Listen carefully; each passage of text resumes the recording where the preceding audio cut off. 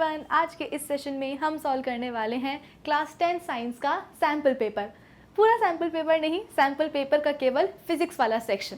तो चलो जल्दी से आज के इस सेशन को हम स्टार्ट कर लेते हैं। So this is Vibhuti Khare, welcome to Magnet Brains, जहाँ पे आपको सभी चैप्टर्स के वीडियो लेक्चर्स मिलने वाले हैं बिल्कुल फ्री ऑफ कॉस्ट। यानी कि मैग्नेट ब्रेन्स में आपको 2 चैप्टर्स पढ़ने के बाद किसी भी तरह का पेमेंट करने की या पैकेज परचेज करने की रिक्वायरमेंट बिल्कुल भी नहीं है, क्योंकि मैग्नेट ब्रेन्स आप सब तक पहुँचा रहा है क्वालिटी एजुकेशन बिल्कुल फ्री ऑफ कॉस्ट। तो इसी अच्छी बात से हम स्टार्ट कर लेते हैं आज का हमारा ये सेशन, जहाँ पे हम सॉल्व करने वाले हैं क्लास 10th साइंस के सैम्पल पेपर का फिजिक्स वाला सेक्शन। तो आज के हमारे इस सैम्पल पेपर के सेशन का फर्स्ट क्वेश्चन है ये वाला। और हाँ, जैसे कि मैं आपको हमेशा बताती हूँ कि हम हमेशा अपने सैम्पल पेपर के सेशन में सेक्शन वाइज प्रोसीड करते हैं, यानी कि सबसे पहले तो हम सेक्शन ए सॉल्व करते हैं, फिर बी, फिर सी, और अल्टीमेटली हम पहुँच जाते हैं सेक्शन डी के ऊपर।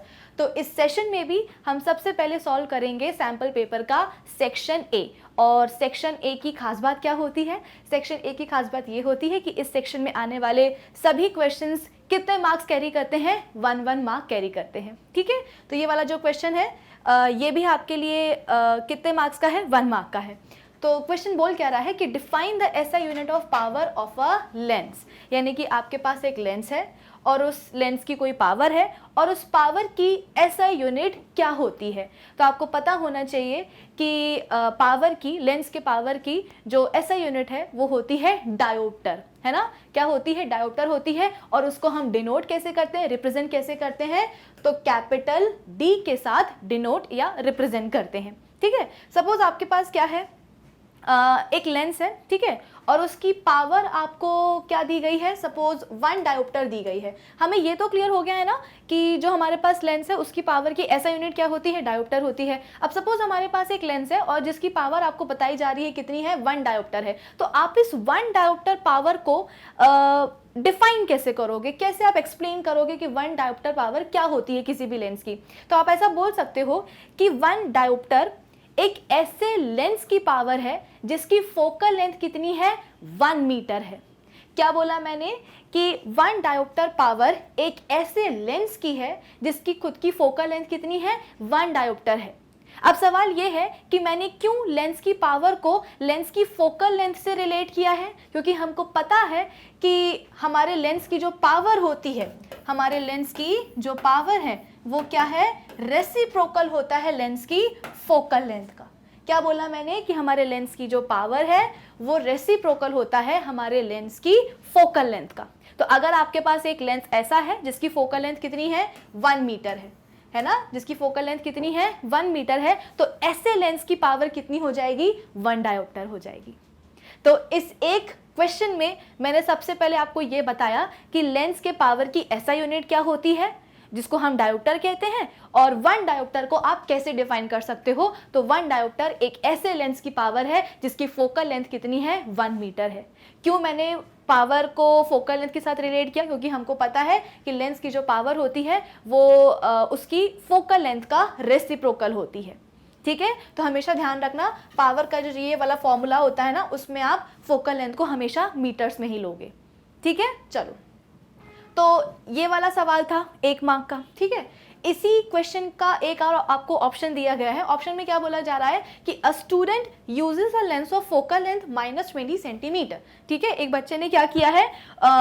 लेंस को यूज किया है जिसकी फोकल लेंथ कितनी है? -20 सेंटीमीटर है। Right the nature and the power of the lens. आपको उस लेंस का नेचर बताना है और साथ ही साथ उस लेंस की क्या बतानी है? आपको पावर भी बतानी है।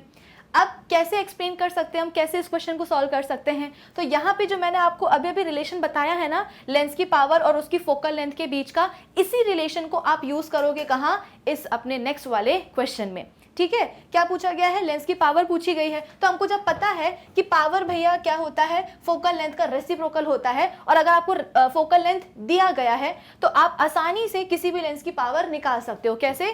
तो power is equals to 1 upon कितनी फोकल लेंथ दी गई है? 20 दी गई है।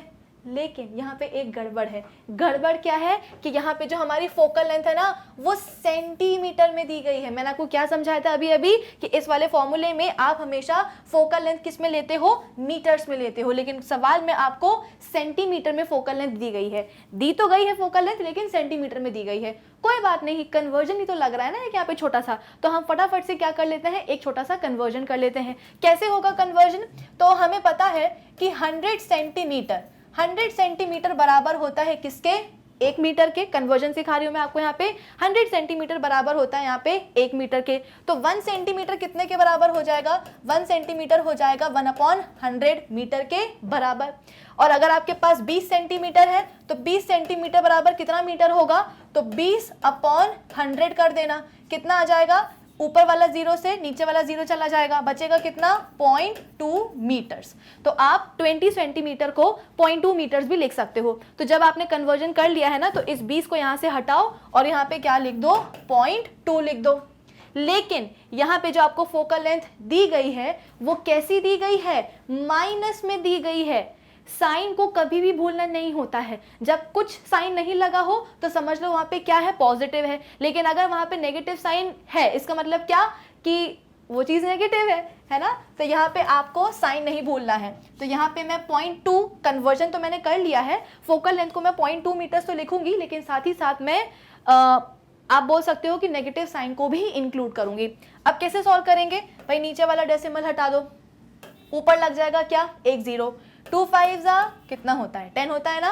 तो यहाँ पे आपकी पावर कितनी आई है, पावर आ गई है 5 डायोप्टर। 5 डायोप्टर क्या, नहीं, -5 डायोप्टर। मैंने बोला ना कि नेगेटिव साइन को नहीं अवॉइड करना है। तो यहाँ पे आपके पास पावर कितनी आ गई है आपके लेंस की, -5 डायोप्टर आ चुकी है। अब जरा मुझे ये बताओ, इस सवाल में पूछा क्या गया था हमसे पूछा गया था कि लेंस की पावर बताओ और इसके साथ ही साथ लेंस का आपको क्या बताना है, नेचर भी बताना है। तो आप खुद ही बताओ, ऐसा भाई हमने तो 2 स्फेरिकल लेंसेज पढ़े ना, एक हमने पढ़ा है कॉनकेव और एक हमने पढ़ा है कौन सा वाला, कॉन्वेक्स वाला, है ना। तो आप जल्दी से मुझे ये बताओ कि कौन से वाले लेंस की जो फोकल लेंथ, अभी तो मैं पावर की बात ही नहीं कर रही हूँ, ऐसा कौन सा वाला लेंस है जिसकी फोकल लेंथ क्या होती है, नेगेटिव होती है। तो आपका जवाब होना चाहिए कि मैम कॉनकेव लेंस ऐसा होता है जिसकी फोकल लेंथ क्या होती है, नेगेटिव होती है। जो हमारा कॉन्वेक्स लेंस होता है ना, ये मोटा वाला जो साइड से पतला रहता है बीच में मोटा रहता है, इसको हम कहते हैं क्या, कॉन्वेक्स लेंस। तो कॉन्वेक्स लेंस की जो पावर है, सॉरी जो फोकल लेंथ है वो कैसी होती है, हमेशा पॉजिटिव होती है। और हमारे पास जो कॉनकेव लेंस होता है जो कि साइड से मोटा होता है बीच से पतला होता है, इस कॉनकेव लेंस की जो फोकल लेंथ है वो क्या होती है, नेगेटिव होती है। तो अगर आपको सवाल में क्या दिया गया है, फोकल लेंथ नेगेटिव दी गई है, इसका मतलब क्या कि डेफिनेटली वो कौन होने वाला है, इस क्वेश्चन में जिस लेंस की यहाँ पे बात हो रही है तो वो लेंस क्या होगा, उसका नेचर क्या होगा, वो होगा एक कॉनकेव लेंस। ठीक है। और अगर फोकल लेंथ नेगेटिव है तो जाहिर सी बात है पावर को भी नेगेटिव आना ही था। क्यों, हमारा पावर जो है रेसिप्रोकल होता है लेंस की फोकल लेंथ के। तो यहाँ पे आप लिख सकते हो कि भाई पावर तो आपकी इतनी आ चुकी है -5 डायोप्टर, और यहाँ पे लिख देना कि ये कौन सा लेंस है, ये है आपके पास कॉन्वेक्स लेंस। ठीक है, तो या तो ये वाला कर लेना या ये वाला कर लेना, इतना करने पर 1 मार्क पूरा का पूरा मिलेगा। ठीक है, चलो आई होप ये वाला क्वेश्चन सभी को समझ में आया होगा। अब जल्दी से आ जाते हैं हम अपने नेक्स्ट क्वेश्चन के ऊपर कि what is the focal length of a plane mirror. ये तो बहुत ही बच्चों वाला सवाल है भाई कि फोकल लेंथ क्या होती है प्लेन मिरर की, तो आप लिख करके आओगे क्या, इन्फिनिटी। पहले भी पढ़ाया है ना, या तो साइन बना देना या लिख देना, अगर स्पेलिंग लिखने का मन हो तो स्पेलिंग लिख के आ जाना। ठीक है, तो प्लेन मिरर की जो फोकल लेंथ है वो कितनी होती है, इन्फिनिटी होती है। ठीक है, जब हमने प्लेन मिरर्स का कंसेप्ट पढ़ा था सबसे पहली बार अपने चैप्टर में, तो मैंने वहाँ पे आपको बताया था कि प्लेन मिरर जो है ना जिस भी तरह की इमेजेस बनाता है उन इमेजेस की हमने कैरेक्टरिस्टिक्स भी पढ़े थे। साथ ही साथ मैंने आपको ये भी बताया था कि प्लेन मिरर की जो फोकल लेंथ है वो क्या होती है, इन्फिनिटी होती है। ठीक है, तो इतना सा सवाल है, 1 मार्क का है, इन्फिनिटी लिख करके आ जाना, पूरे के पूरे मार्क्स मिल जाएंगे, कुछ और एक्सप्लेन करने की ज़रूरत है ही नहीं।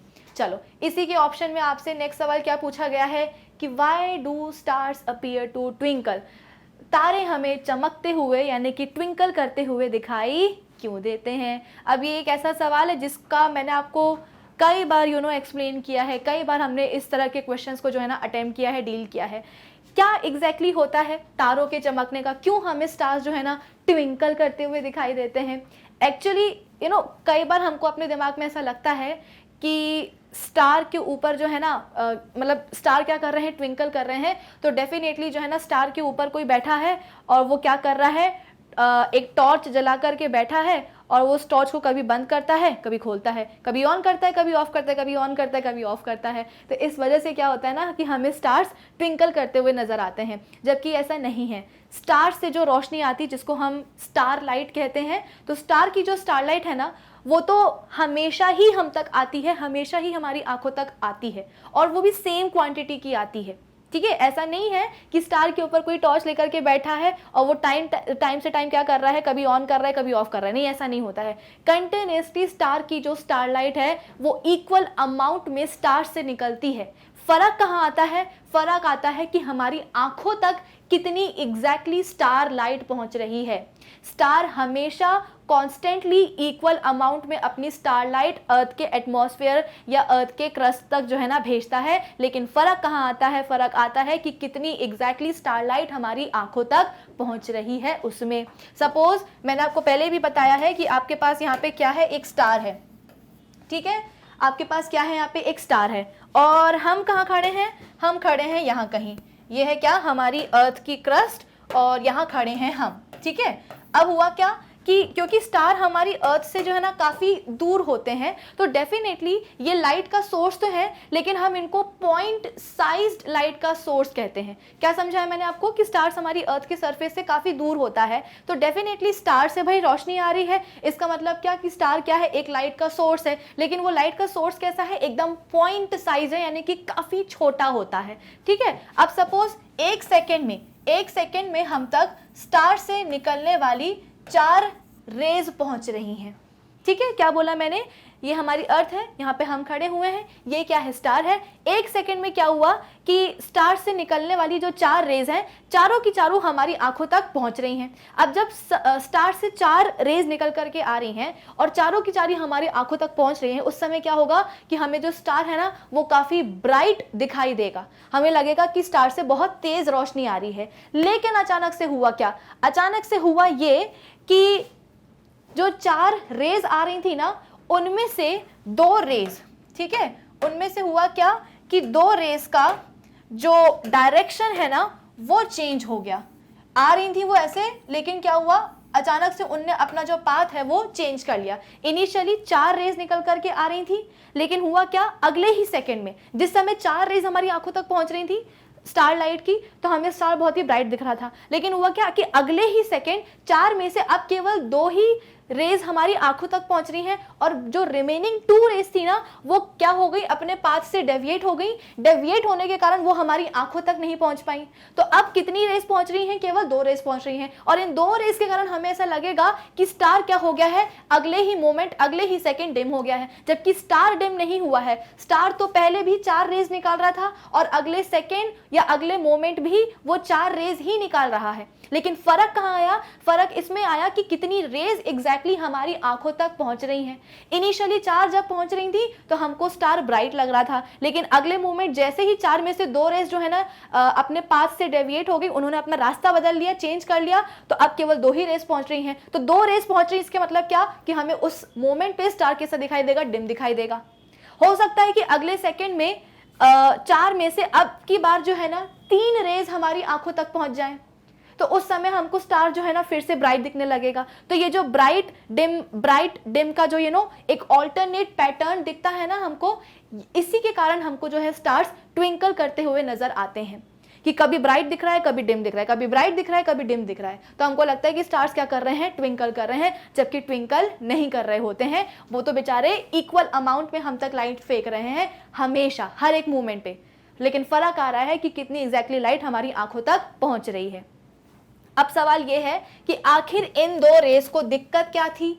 अच्छा खासा तो पहले एक मोमेंट पे हमारी आंखों तक पहुंच रही थी, लेकिन नेक्स्ट मोमेंट ऐसा क्या हो गया कि इनको अपना रास्ता चेंज करना पड़ा। आप खुद ही सोचो कि लाइट बेवजह अपना रास्ता कभी चेंज नहीं करती है, जब तक कि उसका, आप बोल सकते हो कि उसके रास्ते में कुछ ऐसी चीज़ें ना आ जाएं जिसके कारण उसकी स्पीड क्या हो रही है, चेंज हो रही है, तब तक वो अपना रास्ता चेंज नहीं करती है। हमने पढ़ा है ये टॉपिक बहुत अच्छी तरीके से। ये क्यों होता है? क्योंकि यहाँ पे आप बोल सकते हो कि डेंसिटी एयर की चेंज हो जाती है।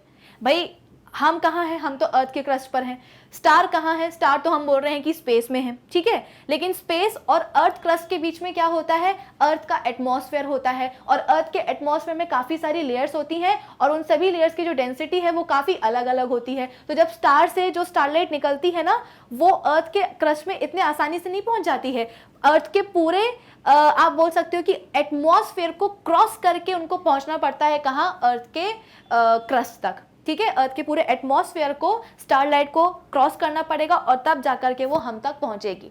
तो हुआ क्या, इनिशियली यहाँ पे जो है ना, यहाँ पे आप समझ लो कि पार्टिकल्स जो थे, भाई एटमॉस्फेयर में तो कई तरह के पार्टिकल्स होते हैं, गैस मॉलिक्यूल्स होते हैं, डस्ट पार्टिकल्स होते हैं, वाटर वेपर्स वगैरह होती हैं, ठीक है। तो हुआ क्या कि 1 सेकंड पहले जब 4 की 4 हमारे पास स्टारलाइट पहुंच रही थी, 4 हमारे पास रेस पहुंच रही थी, तो उस समय यहाँ पे पार्टिकल्स की जो डेंसिटी थी वो कैसी थी? काफ़ी कम थी, है ना। तो आसानी से जो है स्टार की जो रेज है वो हमारी आंखों तक पहुंच रही थी। लेकिन हुआ क्या, अचानक से हवा चल गई। हवा के चलने से क्या हुआ, जो डेंसिटी थी ना इन 2 पर्टिकुलर रीजन पे वो चेंज हो गई।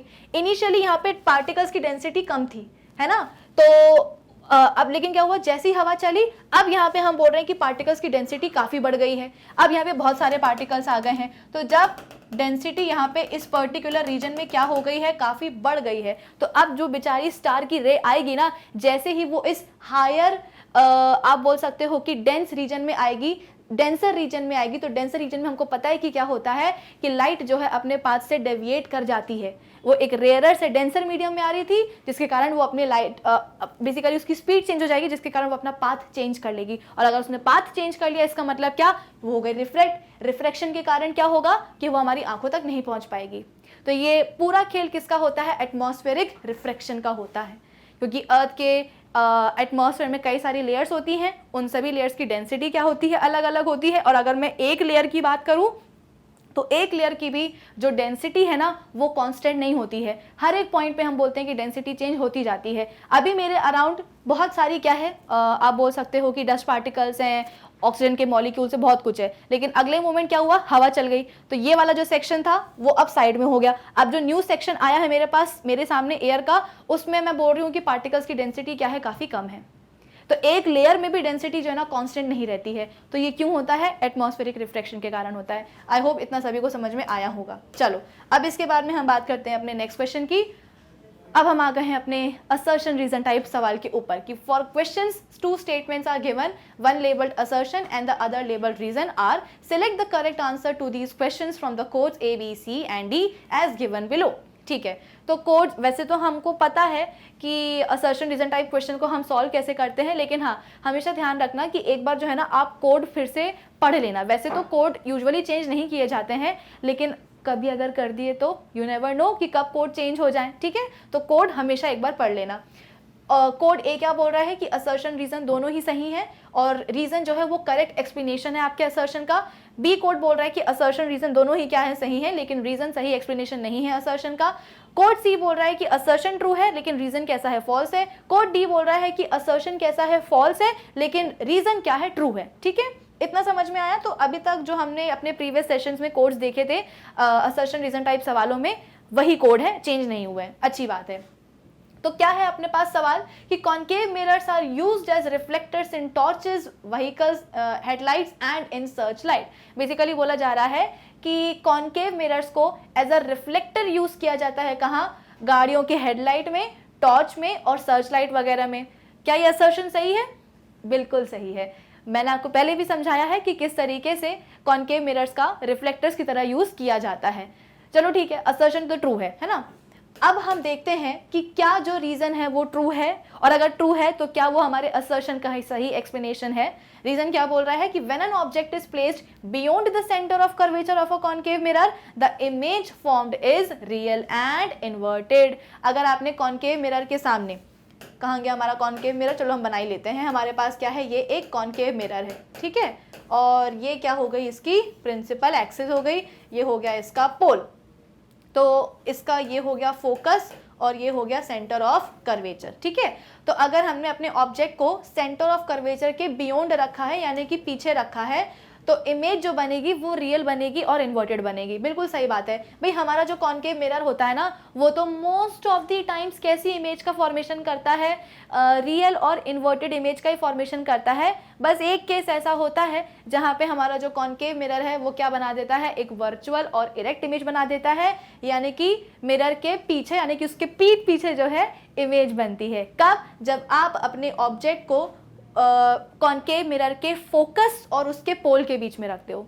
ठीक है। कॉनकेव मिरर के पोल और फोकस के बीच में जब आप अपने ऑब्जेक्ट को रखते हो तब उसकी इमेज कैसी बनती है, वर्चुअल और इरेक्ट, यानी कि मिरर के पीठ पीछे बनती है, ठीक है। वरना तो हमेशा कॉनकेव मिरर कैसी बनाएगा इमेज, रियल एंड इन्वर्टेड। बात तो सही है, रीजन तो क्या है, बिल्कुल सही है। लेकिन क्या ये रीजन हमारे इस असर्शन को सही तरीके से एक्सप्लेन कर रहा है? मैं ये नहीं कह रही हूँ कि रीज़न आपका यहाँ पे गलत है, रीज़न अपनी जगह बिल्कुल सही है, लेकिन मुझे नहीं लगता कि ये रीज़न जो है हमारे असर्शन को कहीं से भी एक्सप्लेन करने के लिए कोशिश कर रहा है।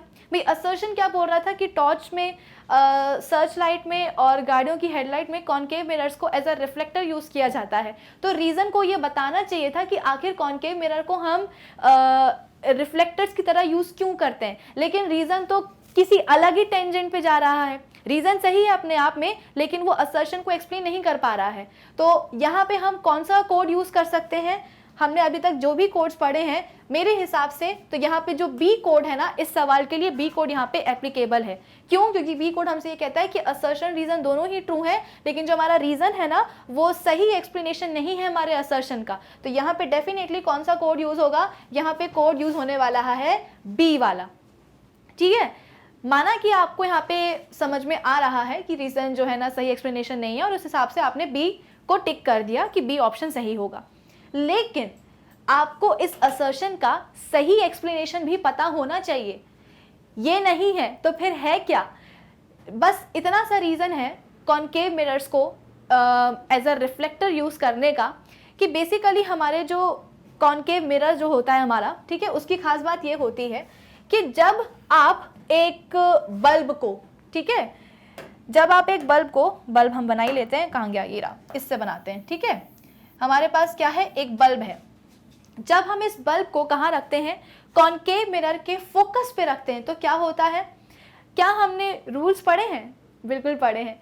हमने पढ़ा है कि जब इंसिडेंट रेस कॉनकेव मिरर के फोकस से होते हुए, या कोई भी आप स्फेरिकल मिरर ले लो, ठीक है, हमने पढ़ा है कि जब हमारी इंसिडेंट रे स्फेरिकल मिरर के फोकस को क्रॉस करती हुई कहाँ जाती हैं, मिरर के ऊपर स्ट्राइक करती हैं, तो आफ्टर रिफ्लेक्शन क्या होता है? आफ्टर रिफ्लेक्शन हम बोलते हैं कि जो रिफ्लेक्टेड रे है वो कैसे निकलती है, प्रिंसिपल एक्सिस के पैरेलली होकर के निकलती हैं। वो वाली इंसिडेंट रेज जो कि फोकस को क्रॉस करती हुई मिरर पे स्ट्राइक करती हैं, आफ्टर रिफ्लेक्शन क्या होता है कि जो रिफ्लेक्टेड रेज है ना वो प्रिंसिपल एक्सिस के क्या हो जाती हैं, पैरेलल हो जाती हैं।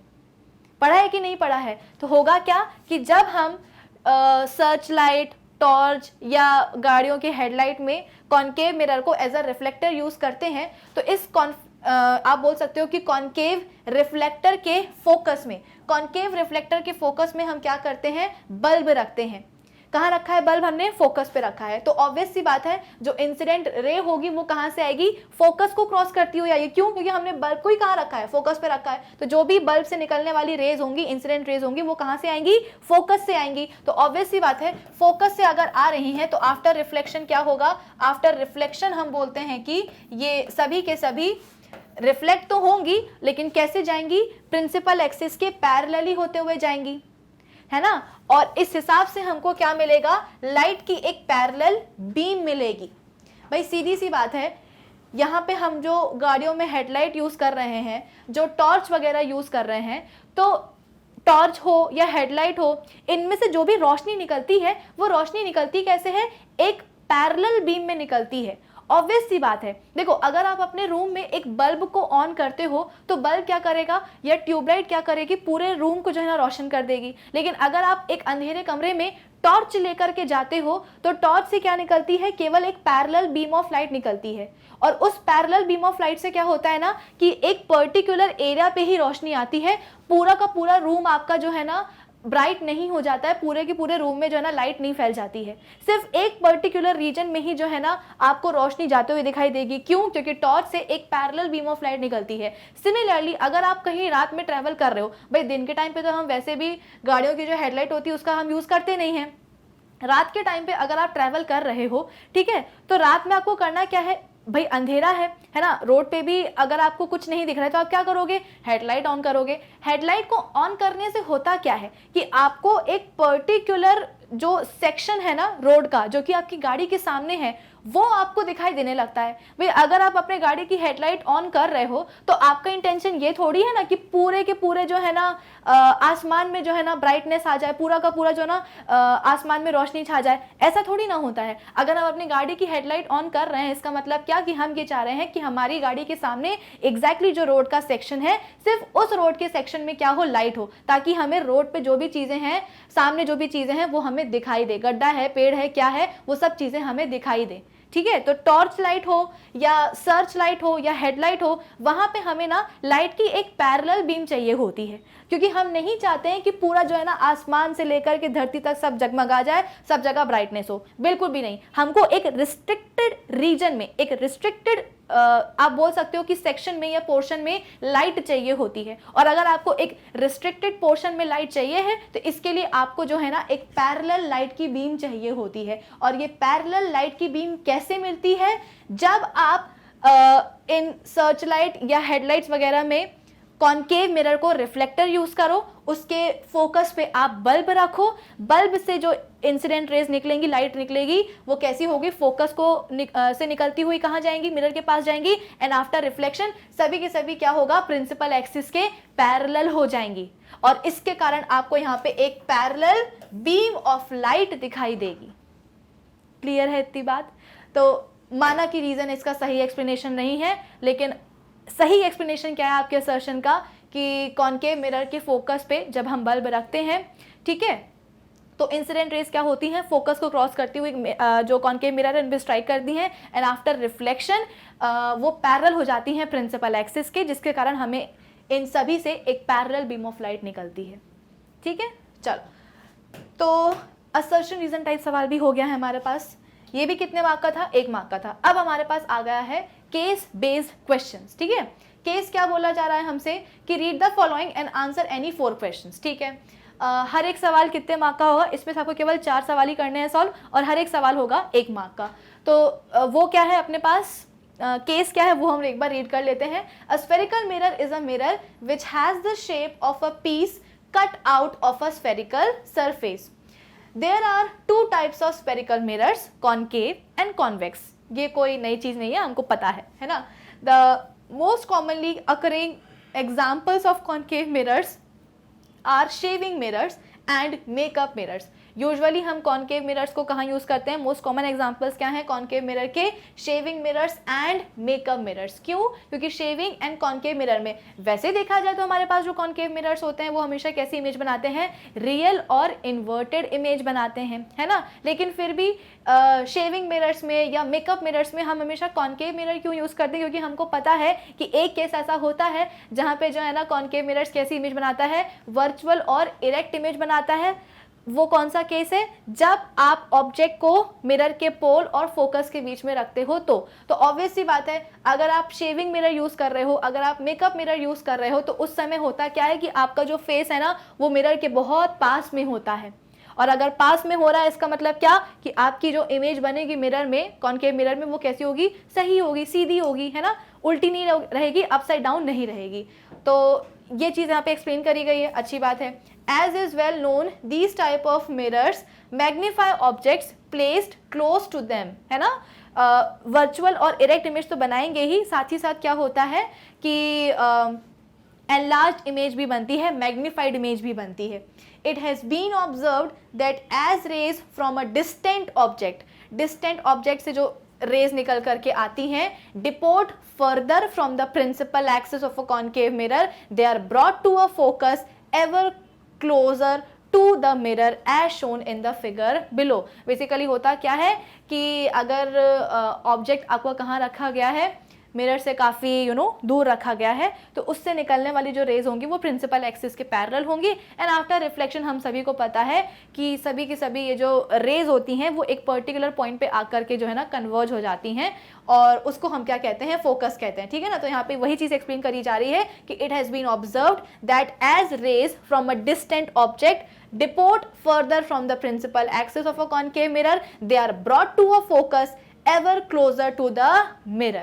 अब ये एक ऐसी चीज़ है जो कि हम ऑलरेडी कई बार डिस्कस कर चुके हैं कि अगर इंसिडेंट रेज आ रही हैं कॉन्केव मिरर के ऊपर, कैसे आ रही हैं, उसकी प्रिंसिपल एक्सिस के पैरेलली आ रही हैं, तो ऑब्वियस सी बात है आफ्टर रिफ्लेक्शन क्या होगा कि सभी की सभी जो रिफ्लेक्टेड रेज हैं वो एक पर्टिकुलर पॉइंट पे ऑन द प्रिंसिपल एक्सिस आकर के कन्वर्ज हो जाएंगी, और उसी पॉइंट ऑफ कन्वर्जेंस को हम क्या कहते हैं, प्रिंसिपल फोकस कहेंगे। ठीक है, चलो आगे क्या बोल रहा है कि this lack of perfect focusing of a spherical mirror is called spherical aberration. यहाँ पे अब हमारे पास एक नया टर्म आया है, टर्म क्या है, स्फेरिकल एब्रेशन नाम का। ये स्फेरिकल एब्रेशन होता क्या है, क्या बोला जा रहा है कि this lack of perfect focusing of a spherical mirror is called spherical aberration. अभी मैंने आपको क्या समझाया कि इंसिडेंट रेज जो कि प्रिंसिपल एक्सिस के पैरेलल होती हैं, आफ्टर रिफ्लेक्शन सभी की सभी एक पर्टिकुलर पॉइंट पे आकर के कन्वर्ज होती हैं। सभी की सभी रिफ्लेक्टेड रे केवल एक ही पॉइंट पर आकर के कन्वर्ज होंगी, और वो पॉइंट कहाँ आएगा, कहाँ लाई करेगा, प्रिंसिपल एक्सिस के ऊपर लाई करेगा। लेकिन अगर आप इस डायग्राम को ध्यान से देखोगे तो इस डायग्राम में क्या है, आपके पास एक कॉन्केव मिरर है। यहाँ पे मैं और अच्छी तरीके से एक कॉन्केव मिरर बना देती हूँ। आपके पास क्या है, कॉन्केव मिरर है, और इसके आप बोल सकते हो कि सामने कोई ऑब्जेक्ट रखा होगा, ये ऑब्जेक्ट रखा है, ठीक है, और इससे क्या हो रहा है, कुछ इंसिडेंट रेज आ रही हैं, और ये ऑब्जेक्ट भी कैसा है, काफ़ी दूर है, तो जाहिर सी बात है जो इंसिडेंट रेज आएंगी वो हमारे इस कॉन्केव मिरर का जो प्रिंसिपल एक्सिस होगा उसके पैरेलल ही रहेंगी। ठीक है, तो ये पैरेलल इंसिडेंट रेज आई आफ्टर रिफ्लेक्शन, ऑब्वियस सी बात है रिफ्लेक्शन होगा। रिफ्लेक्शन होने के बाद सभी की सभी जो रिफ्लेक्टेड रेज हैं वो प्रिंसिपल एक्सिस पे आकर के कन्वर्ज हो रही हैं, लेकिन इनके कन्वर्जेंस में ना एक गड़बड़ी है। गड़बड़ी क्या है कि हर एक रिफ्लेक्टेड रे क्या कर रही है, अपने हिसाब से कन्वर्ज हो रही है। हम क्या देखते थे हमेशा, हम ये देखते थे कि हमारे पास सपोज एक कॉन्केव मिरर है, ये उसकी प्रिंसिपल एक्सिस है, ये क्या आई है, कुछ इंसिडेंट रेज आई हैं, और आफ्टर रिफ्लेक्शन क्या होगा, आफ्टर रिफ्लेक्शन सभी की सभी इंसिडेंट जो रिफ्लेक्टेड रेज होंगी वो एक पर्टिकुलर पॉइंट पे आकर के कन्वर्ज होंगी। लेकिन यहाँ पे तो कुछ अलग ही चल रहा है, यहाँ पे हर एक रिफ्लेक्टेड रे की अपनी अलग खिचड़ी बन रही है। कोई रिफ्लेक्टेड रे यहाँ पे आकर के कन्वर्ज हो रही है, कोई यहाँ पे कर हो रही है, कोई यहाँ पे हो रही है। हम हमेशा पढ़ते हैं कि पॉइंट ऑफ कन्वर्जेंस जो है ना रिफ्लेक्टेड रेज का वो एक ही होता है, लेकिन इस डायग्राम में हमको देखने को मिल रहा है कि हर एक रिफ्लेक्टेड रे अपने लेवल पे कन्वर्ज हो रही है। कोई कहीं जाकर के प्रिंसिपल एक्सिस पे कन्वर्ज हो रही है, कोई कहीं जाकर के प्रिंसिपल एक्सिस पे कन्वर्ज हो रही है, यानी कि यहाँ पे इस डायग्राम में पॉइंट ऑफ कन्वर्जेंस कैसा है, एक नहीं है, यहाँ पे तो कई सारे पॉइंट ऑफ कन्वर्जेंस है ना। 2 आकर के एक जगह कन्वर्ज हो रही हैं, 3 आकर के दूसरी जगह कन्वर्ज हो रही हैं। इसका मतलब क्या कि हमारा ये जो कॉन्केव मिरर है, ये जो हमारा स्फेरिकल मिरर है, ये ठीक तरीके से कन्वर्ज नहीं कर पा रहा है, प्रॉपरली फोकसिंग नहीं हो पा रही है रेस की, और इसी को हम क्या बोलते हैं, ये जो लैक ऑफ परफेक्ट फोकसिंग है ना स्फेरिकल मिरर की, कि स्फेरिकल मिरर ठीक से लाइट रेस को फोकस नहीं कर पा रहा है, इसी को हम क्या कहते हैं, स्फेरिकल एब्रेशन कहते हैं। बेसिकली आप बोल सकते हो कि ये एक एक प्रॉब्लम टाइप का हो सकता है, डिफेक्ट हो सकता है, इशू हो सकता है, कि जहाँ पे जो स्फेरिकल मिरर है वो ठीक से लाइट रेस को कन्वर्ज नहीं करवा रहा है, फोकस नहीं करवा पा रहा है। Lack of perfect focusing of spherical mirror is called spherical aberration. Sorted. चलो, it can be demonstrated by geometry that the only type of mirror which does not suffer from a spherical aberration is a parabolic mirror। अब next line क्या बोली जा रही है कि एक लौता ऐसा मिरर जिसमें कि ये स्फेरिकल एब्रेशन आपको देखने को नहीं मिलेगा। इन शॉर्ट, एक ऐसा मिरर जो कि हमेशा क्या करेगा, परफेक्टली लाइट रेस को फोकस करवाएगा एक पर्टिकुलर पॉइंट पे, फोकस पे, वो कौन होता है, पैराबोलिक मिरर होता है। अब इतना सुन के बच्चे जो है ना बिल्कुल बैठ जाएंगे कि अरे बाप रे, ये पैराबोलिक मिरर क्या है, हमने तो पूरी क्लास 10th निकल गई, कहीं पढ़ा ही नहीं है, आउट ऑफ सिलेबस सवाल है ये, out of syllabus case based question है ये, हटाओ, हमसे नहीं बनेगा। लेकिन ऐसा नहीं है, बन जाएगा। पूरा सवाल, पूरा केस तो एक बार पढ़ लो, केस के बाद में एक बार क्वेश्चंस तो एक बार अटेम्प्ट करके देखो, शायद बन जाए। क्योंकि कई बार मैं आपको बताती हूँ कि ज़रूरी नहीं है कि जो भी केस बेस्ड क्वेश्चंस आ रहे हैं उन सभी क्वेश्चंस के जवाब आपको जो है ना आपकी इस केस में मिल ही जाए। कई बार ऐसे क्वेश्चंस फंस जाते हैं जिसके जवाब आप तभी दे सकते हो, अपनी प्रियर नॉलेज के बेसिस पे दे सकते हो कि आपको ऑलरेडी उस टॉपिक के बारे में कितनी नॉलेज है। उस नॉलेज के हेल्प से आप उन क्वेश्चंस का आंसर कर सकते हो। तो जो भी दिया है केस में हमें मतलब नहीं है, एक बार रीड करके देख लो, रटने को कोई नहीं बोल रहा है। यहाँ पे एक अच्छा टर्म आया था स्फेरिकल एब्रेशन वाला, मुझे लगा था कि आप लोगों को समझने की ज़रूरत है, समझाने की ज़रूरत है, इसलिए इस चीज़ को यहाँ पे मैंने एक्सप्लेन कर दिया, इस डायग्राम को यहाँ पे मैंने एक्सप्लेन कर दिया। वरना अगर आप नहीं चाहते हो इसको याद करना, कोई दिक्कत की बात नहीं, तो भी चलेगा। मुझे ज़रूरी लगा था आपको एक्सप्लेन करना, इसलिए यहाँ पे मैंने इस लेवल पे आपको एक्सप्लेन कर दिया, ठीक है। बाकी ऐसा ज़रूरी नहीं है कि केस में जो भी चीज़ें दी गई हैं वो सब आप पहले बैठ के रटो, इसके बाद में उसके सवाल लगाओ, बिल्कुल ऐसा ज़रूरी नहीं है। लेकिन हाँ, केस को एक बार रीड करना ज़रूरी होता है, ताकि आपको एक बाउंड्री मिल जाए, एक मार्जिन मिल जाए, एक फ्रेमवर्क मिल जाए कि एग्जैक्टली किस टॉपिक से जो है ना सवाल आ सकते हैं, ठीक है। चलो, तो एक ऐसा मिरर जिसमें कि स्फेरिकल एब्रेशन आपको नहीं देखने को मिलेगा, उसे हम कहते हैं पैराबोलिक मिरर। अब पैराबोलिक मिरर क्या होता है कि that is a mirror whose reflecting surface is the surface of revolution of parabola. अब मुझे नहीं पता कि क्लास 10th में आपने मैथ्स में एग्जैक्टली पैराबोला के बारे में पढ़ा है, नहीं पढ़ा है, ग्राफ वगैरह आते हैं, स्लोप बनती हैं, पैराबोलिक स्लोप वगैरह, कितना पढ़ा है आपने, कितना नहीं पढ़ा, मैं नहीं जानती हूँ, ठीक है। लेकिन इस स्टेज में मैं आपको ये बता देती हूँ कि जो पैराबोला है, बेसिकली पैराबोला एक शेप होता है, ठीक है। और कैसा होता है, यू शेप का होता है, कुछ इस तरीके का होता है। आया आपको बात समझ में? तो पैराबोला क्या है, एक शेप है, यू शेप का होता है। और आप ये बताओ कि अगर मैं बात कर रही हूँ एक पैराबोलिक, देखो पैराबोला हो सकता है कि एग्जैक्टली क्या होता है उसे डिफाइन करते होते आपको नहीं आता है, लेकिन फिर भी आपको पता तो है ना कि पैराबोला, क्योंकि आप क्लास 10th में आ चुके हैं, तो मैं ये मान के चल रही हूँ कि आपको पैराबोला का एक बेसिक स्ट्रक्चर तो पता ही होगा कि कुछ इस तरीके का होता है पैराबोला। पैराबोला आपने बना दिया, ठीक है।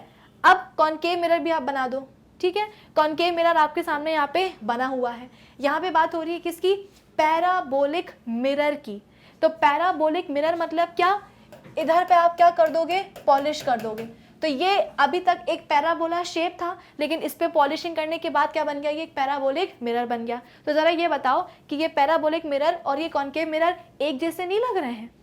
फ़र्क क्या है, फ़र्क यहाँ पे थोड़ा सा बस ये है कि पैराबोला में ना आपको एक टिप दिखाई देती है, एक पीक दिखाई देती है, यहाँ पे कर्व थोड़ा सा ज़्यादा होता है। और जैसे जैसे आप नीचे उतरते हो तो आप बोल सकते हो कि फ्लैट रीजन ज़्यादा आता जाता है, ठीक है। तो पैराबोला और कॉनकेव का जो स्ट्रक्चर है वो ऑलमोस्ट कैसा है, सेम है, बस यहाँ पे आपको थोड़ी सी ज़्यादा पीक, यहाँ पे आपको थोड़ा सा टिप देखने को मिलती है। बाकी रफली आप बोल सकते हो कि कॉनकेव और पैराबोलिक मिरर का जो शेप है वो ऑलमोस्ट एक जैसा होता है। कई बार आपको किताबों में ये भी लिखा रहेगा कि जो पैराबोलिक मिरर है ना वो एक टाइप होता है कॉनकेव मिरर का, ठीक है। तो घबराना नहीं है शब्दों से, उसको समझने की कोशिश करो। चलो, फिर इसके बाद में does a ray traveling parallel to principal axis of a parabolic mirror is brought to a focus at the same point f no matter how far the ray is from the axis। बोला जा रहा है कि parabolic mirror के सामने रे जो भी आएगी वो फोकस, वो बेसिकली कन्वर्ज कहाँ होगी, सेम पॉइंट f यानी कि फोकस पे आकर के कन्वर्ज हो जाएगी। नो मैटर कि जो रे है वो एक्सिस से कितने दूरी पर है, उससे कोई फर्क नहीं पड़ेगा। लेकिन इतना पता है कि पैराबोलिक मिरर में आपको स्फेरिकल एब्रेशन देखने को नहीं मिलेगा, जो भी लाइट रेज आएंगी वो सब की सब एफ पर आकर के फोकस होंगी, ठीक है। Since the path of a light रे is completely reversible, it follows that a light source placed at the focus of a parabolic mirror yields a perfectly parallel beam of light after the light has traveled after the light has reflected off the surface of the mirror। यहाँ पे बोला जा रहा है कि light का जो path है वो कैसा होता है, रिवर्सिबल होता है, कंप्लीटली रिवर्सिबल होता है। इसका मतलब क्या कि अगर आपने लाइट को कहाँ रखा है, फोकस के ऊपर रखा है, तो जो भी इंसिडेंट रे आएगी वो फोकस को क्रॉस करती हुई आएगी, तो आफ्टर रिफ्लेक्शन क्या होगा, प्रिंसिपल एक्सिस के पैरेलल हो जाएगी, ठीक है। तो बेसिकली ये वही चीज़ है जिसके ऊपर हमने अभी अभी अपना जो असर्शन रीजन टाइप क्वेश्चन है वो इसी पॉइंट के ऊपर जो है ना सॉल्व किया है। आई होप केस सभी को समझ में आ गया होगा। पैराबोला, स्फेरिकल एब्रेशन वर्ड से आप घबराए नहीं होंगे, और अगर घबराए भी होंगे तो मेरे समझाने के बाद मैं उम्मीद करती हूँ कि सब रिलैक्स हो गए होंगे, फिर से काम डाउन हो गए होंगे। चलो, केस हमने पढ़ लिया है, अच्छे तरीके से समझने की कोशिश कर लिया है, जो समझना था, जितना समझना था समझ लिया है। अब हम आ जाते हैं अपने सवालों के ऊपर। The principal focus of a parabolic mirror is, क्या समझाया था मैंने आपको अभी अभी कि पैराबोलिक मिरर क्या होता है, एक टाइप होता है कॉनकेव मिरर का, ठीक है। तो आप ये समझ सकते हो कि पैराबोलिक मिरर की जगह आप यहाँ पे अपने कन्वीनियंस के लिए क्या लिख लो, कॉनकेव लिख लो, ठीक है। पैराबोलिक मिरर की जगह पे आप अपने कन्वीनियंस के लिए, कि आप अगर डर रहे हो शब्द से, तो क्या लिख लो, कॉनकेव मिरर लिख लो। तो अब अगर मैं आपसे पूछूं कि कॉनकेव मिरर का फोकस या प्रिंसिपल फोकस क्या होता है, ऑप्शन ए वर्चुअल होता है और मिरर के सामने होता है, इन द मिरर लिख देना, in front of the mirror, ये मिरर होगा, ठीक है। क्या बोला गया है कि जो कॉनकेव मिरर का जो फोकस है वो वर्चुअल होता है और मिरर के सामने होता है। ऑप्शन बी रियल होता है और मिरर के सामने होता है।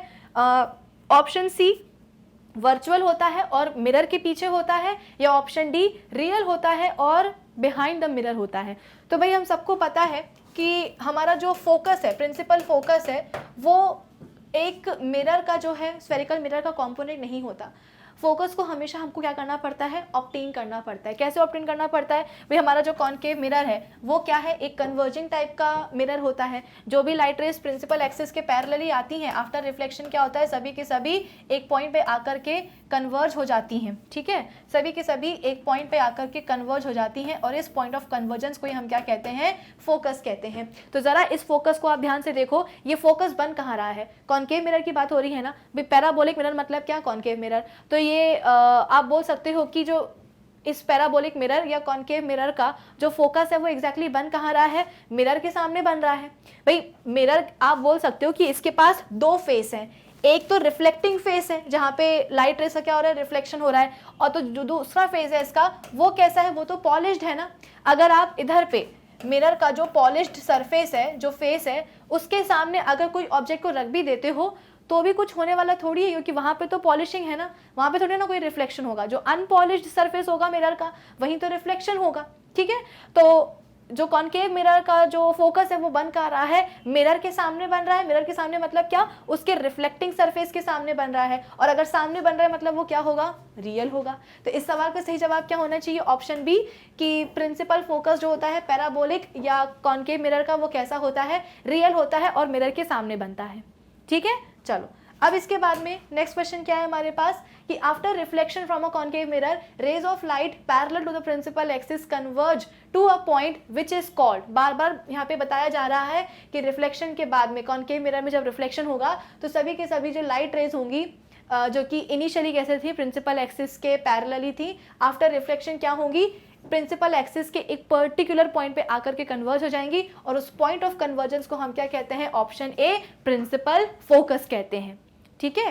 पोल क्या होता है भाई, हम सबको पता है कि जैसे कि अभी हम बात कर रहे हैं कॉनकेव मिरर की, है ना, तो कॉनकेव मिरर का जो एंटायर रिफ्लेक्टिंग सरफेस होता है उसको हम कहते हैं अपर्चर। तो अपर्चर का जो सेंटर होता है उसको हम कहते हैं क्या, पोल, ठीक है। जैसे कि आपके पास ये कॉनकेव मिरर है, इस कॉनकेव मिरर का ये क्या है, एंटायर रिफ्लेक्टिंग सरफेस एरिया, तो इसको हम कहेंगे अपर्चर, और इस अपर्चर का जो सेंटर होता है इसे हम क्या कहते हैं, पोल कहते हैं, ठीक है। इसके बाद में आया कौन, सेंटर ऑफ कर्वेचर। तो सेंटर ऑफ कर्वेचर क्या होता है भाई, सेंटर ऑफ कर्वेचर सेंटर होता है एक स्फेरिकल स्ट्रक्चर का या एक स्फीयर का, ग्लास स्फीयर का, जिसका कि हमारा स्फेरिकल मिरर क्या है या कॉनकेव मिरर क्या है, एक हिस्सा है। क्या बोला मैंने कि सेंटर ऑफ कर्वेचर क्या होता है, सेंटर ऑफ कर्वेचर सेंटर होता है। किसका सेंटर होता है, तो एक स्फीयर का सेंटर होता है, एक ऐसा स्फीयर जिसका कि हमारा स्फेरिकल मिरर क्या है, एक हिस्सा है। मैंने आपको पहले भी समझाया कि आपके पास सपोज क्या है, एक ग्लास का एक बॉल है आपके पास, ठीक है ना, ये क्या है, कांच की बनी हुई एक बॉल है, और ये बॉल भी कैसी है, हॉलो है, खोखली है, ठीक है। ये एक हॉलो ग्लास बॉल है, ठीक है, ये एक हॉलो ग्लास बॉल है। अब आपने क्या किया है, ऑब्वियस सी बात है भाई, बॉल है, 3D स्ट्रक्चर है, तो कोई ना कोई सेंटर तो इसका जरूर होगा। तो ये हमने मान लिया क्या, ये हमने मान लिया इसका एक सेंटर, ठीक है। तो हमारे पास ये हॉलो ग्लास की बॉल थी, बॉल भी बोल सकते हो आप इसको, क्या बोल सकते हो, स्फीयर भी बोल सकते हो। तो ये क्या हो जाएगा, ये हो जाएगा इस स्फीयर का सेंटर। क्या हो जाएगा, ये स्फीयर का सेंटर हो जाएगा। अब आपने क्या किया है, इससे जो है ना एक छोटा सा टुकड़ा काट लिया है, ये आपने एक छोटा सा टुकड़ा काट लिया इस स्फीयर से, ठीक है। अब ऑब्वियस सी बात है, जब आप एक टुकड़ा काट चुके हो स्फीयर से, तो अब ये स्फीयर तो कहलाएगा नहीं, अब ये क्या कहलाएगा, अब आप बोल सकते हो कि ये एक अलग ही जो है ना स्ट्रक्चर बन गया है, लेकिन हाँ वो डेफिनेटली क्या है, स्फीयर नहीं है। तो अब ये जो आपने टुकड़ा काटा है, इस टुकड़े का अगर आपने क्या किया है, एक तरफ से आपने इसको क्या करा है, पॉलिश कर दिया है, तो ये क्या बन जाएगा, ये बन जाएगा एक मिरर। वो भी कौन सा हमारा मिरर, ये बन जाएगा एक कॉनकेव मिरर, ठीक है। तो हमारा जो कॉनकेव मिरर था वो क्या है, ये एक हॉलो ग्लास स्फीयर का एक हिस्सा है। कॉनकेव मिरर क्या है, हमारे एक हॉलो ग्लास स्फीयर का एक हिस्सा है। इस स्फीयर का एक सेंटर है, ठीक है, ये क्या है, इस स्फीयर का सेंटर है। लेकिन जब हम इस कांच के टुकड़े को ऑलरेडी कट कर चुके हैं, निकाल चुके हैं, तो अब ये स्फीयर तो रहा नहीं है ना, अब ये स्फीयर हम बोलते हैं कि ये रहा नहीं। अब क्या रहा, अब तो रहा केवल एक कॉनकेव मिरर। तो कॉनकेव मिरर का बेसिकली, कॉनकेव मिरर क्या है, एक कर्व ही तो है ना, एक कर्वेचर ही तो है। तो अब इसको हम क्या बोलेंगे, इसी को, अब हम इसी को बोलेंगे सेंटर ऑफ कर्वेचर। जब तक ये स्फीयर था तब तक ये स्फीयर का सेंटर कहला रहा था, लेकिन जब हम इस कांच के टुकड़े को कट कर चुके हैं स्फीयर से, तो अब तो वो स्फीयर रहा नहीं। तो जब स्फीयर नहीं है तो वो स्फीयर का सेंटर नहीं कहलाएगा, वो किसका सेंटर कहलाएगा, वो कहलाएगा कर्व का सेंटर, यानी कि सेंटर ऑफ कर्वेचर, ठीक है। फिर इसके बाद में अगर हम बात करेंगे फोकल लेंथ की, तो फोकल लेंथ क्या होता है, तो जैसे कि हमने बात करी ना फोकस की, तो फोकस से लेकर के मिरर का जो पोल होता है, तो पोल और फोकस के बीच का जो डिस्टेंस होता है उसको हम क्या कहते हैं, फोकल लेंथ कहते हैं। तो आई होप इस सवाल का जवाब सभी को समझ में आ गया होगा, option A is the right option. फिर इसके बाद में थर्ड क्या है अपने पास सवाल, कि in order to find out the focal length of a concave mirror, a student plotted the following graph between the object distance and the, इसको इमेज कर लेना, एंड द इमेज डिस्टेंस। बच्चे ने क्या किया है, फोकल लेंथ को निकालने के लिए ऑब्जेक्ट और इमेज डिस्टेंस के बीच का एक ग्राफ बनाया है। ऑब्जेक्ट डिस्टेंस मतलब क्या, कि ऑब्जेक्ट की जो पोजीशन है ना मिरर के पोल से, उसको हम कहते हैं ऑब्जेक्ट डिस्टेंस। इमेज डिस्टेंस भी मतलब क्या होता है, इमेज की जो पोजीशन है on the principal axis from the pole of the spherical mirror या कॉनकेव मिरर, उसको हम कहते हैं क्या, इमेज डिस्टेंस। तो बच्चे ने कुछ इस तरीके का ग्राफ बनाया है ऑब्जेक्ट और इमेज डिस्टेंस के बीच में, ठीक है ना। ऑब्जेक्ट डिस्टेंस, सॉरी, जो एक्स एक्सिस है इस ग्राफ की, इस एक्स एक्सिस में बच्चे ने क्या लिया है, ऑब्जेक्ट के डिस्टेंस को लिया है, और वाई एक्सिस में क्या लिया है, वाई एक्सिस में बच्चे ने इमेज का डिस्टेंस लिया है। तो ग्राफ आई होप सभी को समझ में आ रहा होगा। अब इस ग्राफ को अगर मुझे थोड़ा सा सिंप्लीफाई करना है, तो इस ग्राफ को मैं कुछ ऐसे भी बना सकती हूँ, ठीक है। ये मैंने ले लिया क्या, एक्स एक्सिस हो गया, ये हो गया क्या, वाई एक्सिस, ठीक है। और यहाँ पे मैंने कुछ इस तरीके का एक ग्राफ बना दिया, ठीक है।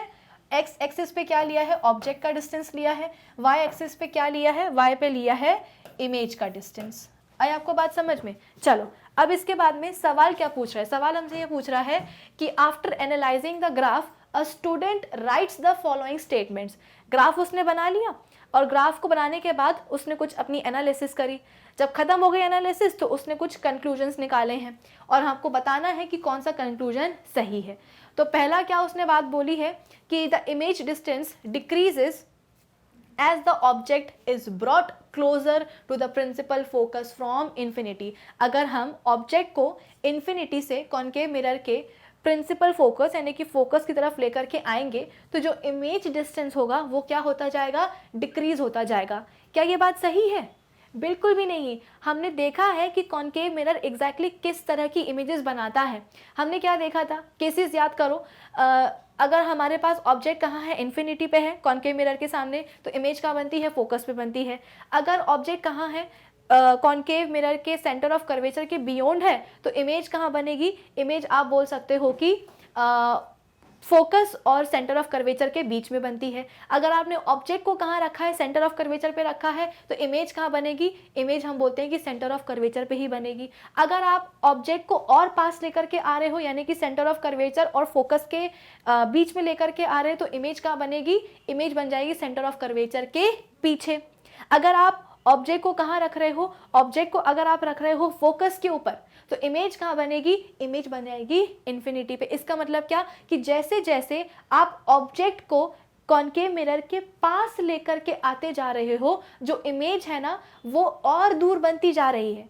तो इमेज की जो भी पोजीशन है, तो इमेज की पोजीशन और कॉनकेव मिरर के पोल का जो बीच में डिस्टेंस होता है उसको हम क्या कहते हैं, इमेज डिस्टेंस कहते हैं। तो अगर आप अपने कॉनकेव मिरर के सामने ऑब्जेक्ट को पास लेकर के आते जा रहे हो ना, तो इमेज डिस्टेंस क्या होता जाएगा, इमेज डिस्टेंस हम बोलते हैं कि बढ़ता ही जाएगा। जब आप अपने ऑब्जेक्ट को रखते हो इन्फिनिटी पे तो इमेज कहाँ बनती है, फोकस पे, और जब आप अपने ऑब्जेक्ट को फोकस पे लेकर के आ जाते हो तो इमेज कहाँ बनती है, इन्फिनिटी पे बनती है। इसका मतलब क्या कि जैसे जैसे ऑब्जेक्ट पास आता जाएगा इमेज डिस्टेंस जो है इंक्रीज होता जाएगा। तो इसका मतलब क्या है कि ये वाला स्टेटमेंट इस बच्चे का गलत है। ये यहाँ पे ये बोल रहा था कि अगर आप ऑब्जेक्ट को पास लेकर के आ रहे हो तो इमेज डिस्टेंस क्या होगा, डिक्रीज होगा, जबकि ऐसा नहीं होता है। ठीक है, सेकेंड स्टेटमेंट क्या है कि the image distance increases as the object is brought closer to the principal focus from infinity. ये वाला स्टेटमेंट सही है। थर्ड क्या है, the image distance is equal to the object distance when the object distance is 2f where f is the focal length of the mirror।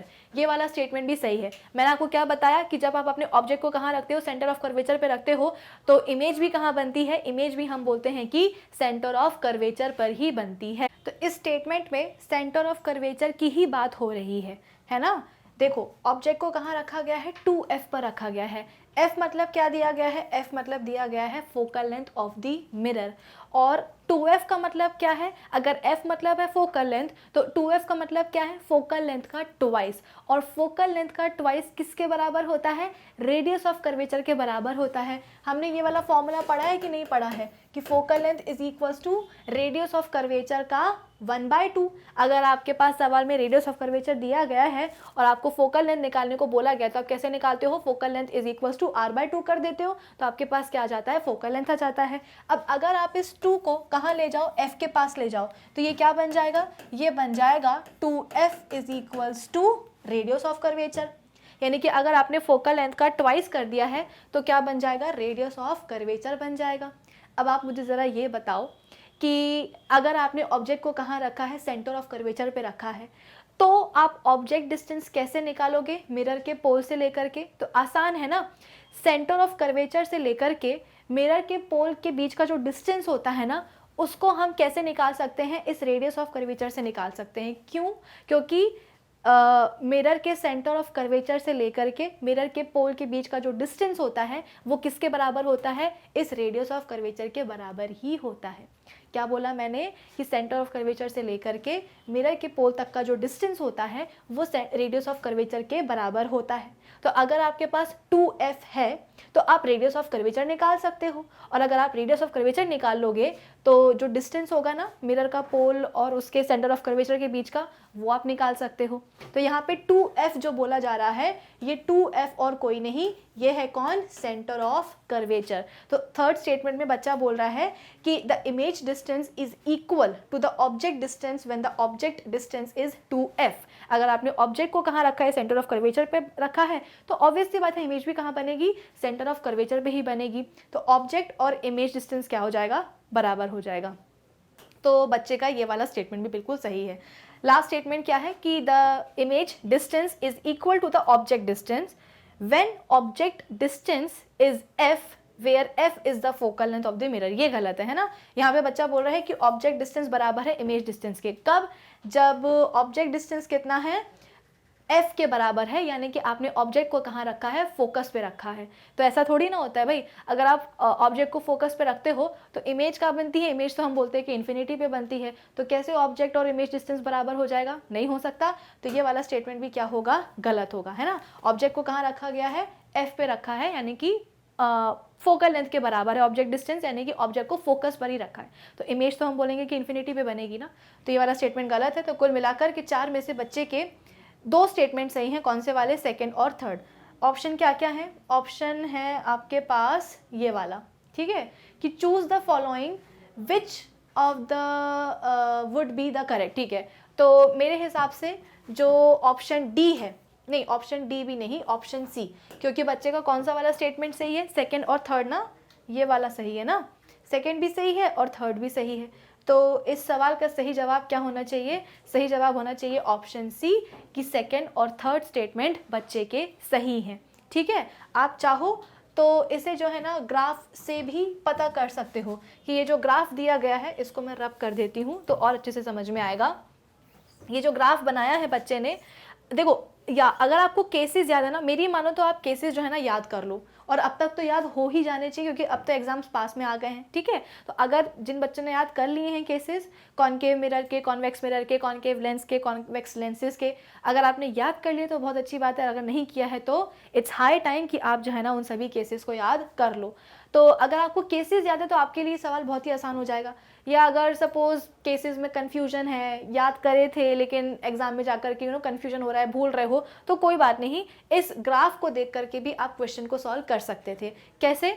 बच्चे ने क्या बोला था कि उसने एक्स एक्सिस पे जो है ऑब्जेक्ट डिस्टेंस लिया था और वाई एक्सिस पे उसने क्या लिया था, इमेज डिस्टेंस लिया था। अब हुआ क्या, देखो इधर पे, जैसे जैसे ऑब्जेक्ट डिस्टेंस क्या हो रहा है, आप बोल सकते हो कि बढ़ता जा रहा है। ठीक है ना, ऑब्जेक्ट डिस्टेंस कैसा हो रहा है, या आप ऐसा बोल सकते हो कि जैसे जैसे ऑब्जेक्ट डिस्टेंस क्या हो रहा है, कम हो रहा है ना। ऑब्जेक्ट डिस्टेंस जैसे जैसे कम हो रहा है, यानी कि आप क्या कर रहे हो, ऑब्जेक्ट को मिरर के पास लेकर के आते जा रहे हो, तो इमेज डिस्टेंस देखो बढ़ता जा रहा है कि नहीं बढ़ता जा रहा है। इसका उल्टा भी पॉसिबल है कि जैसे जैसे आप ऑब्जेक्ट के डिस्टेंस को बढ़ाओगे, यानी कि जैसे जैसे आप ऑब्जेक्ट को मिरर से दूर लेकर के जाते जाओगे, ठीक है, तो क्या होता जाएगा, जो इमेज है वो मिरर के और पास जो है बनती जाएगी, बनती जाएगी, बनती जाएगी।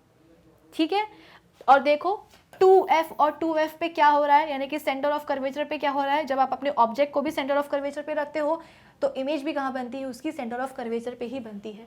तो इस पॉइंट पे कोऑर्डिनेट्स क्या हो जाएंगे, 2f, 2f हो जाएंगे। क्यों? क्योंकि x और y एक्सिस पे दोनों जगह सेम वैल्यू आएगी, 2f और 2f ही आएगी, सेंटर ऑफ कर्वेचर ही आएगा। आई आपको बात समझ में?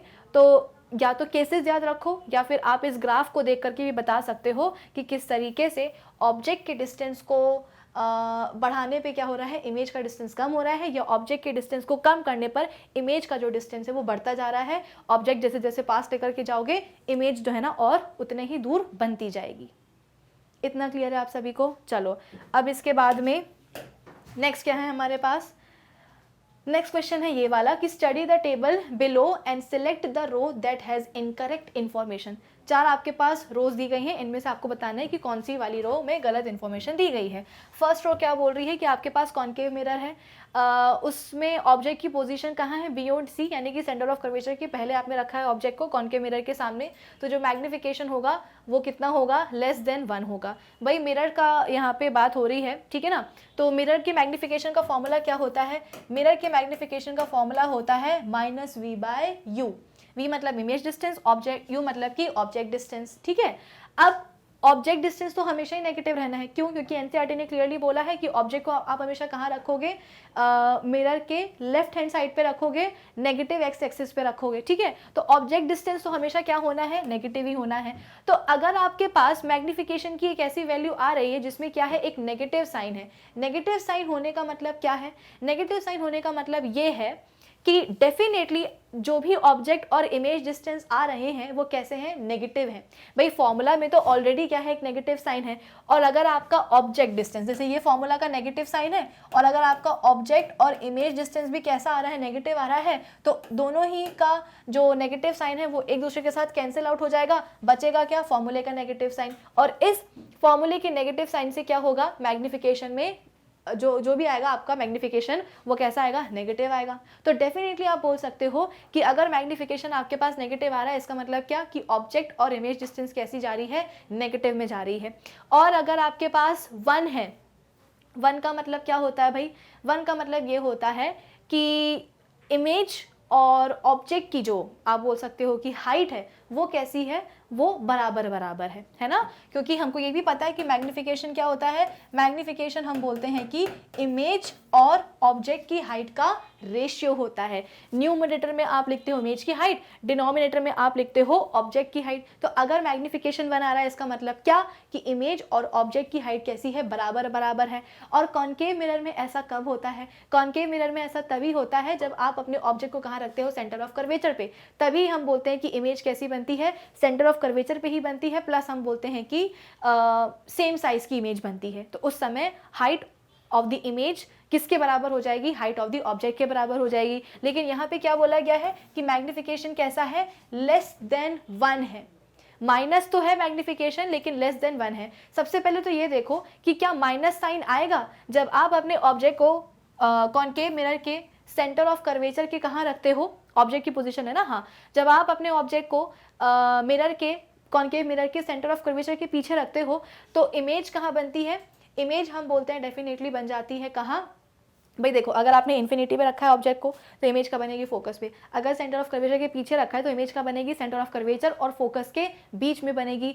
सेंटर ऑफ कर्वेचर और फोकस के बीच में बनने का मतलब क्या है कि डेफिनेटली इमेज कहाँ बन रही है, कॉनकेव मिरर के सामने ही बन रही है, यानी कि नेगेटिव एक्स एक्सिस पे बन रही है। और अगर नेगेटिव एक्स एक्सिस पे बन रही है इसका मतलब क्या कि इमेज डिस्टेंस भी आप कहाँ से मेजर करोगे, अलॉन्ग द नेगेटिव एक्सिस ही मेजर करोगे। तो उस केस में v भी आपके पास कैसा आएगा, नेगेटिव आएगा। तो u तो आपके पास नेगेटिव होगा ही, v भी आपके पास नेगेटिव होगा, दोनों के नेगेटिव साइन कैंसिल आउट हो जाएंगे और बचेगा क्या, फॉर्मूले का नेगेटिव साइन। इसलिए मैग्निफिकेशन में -1 आया है। अब ये बोल रहे हैं कि इनका मैग्निफिकेशन कैसा है, लेस देन 1 है।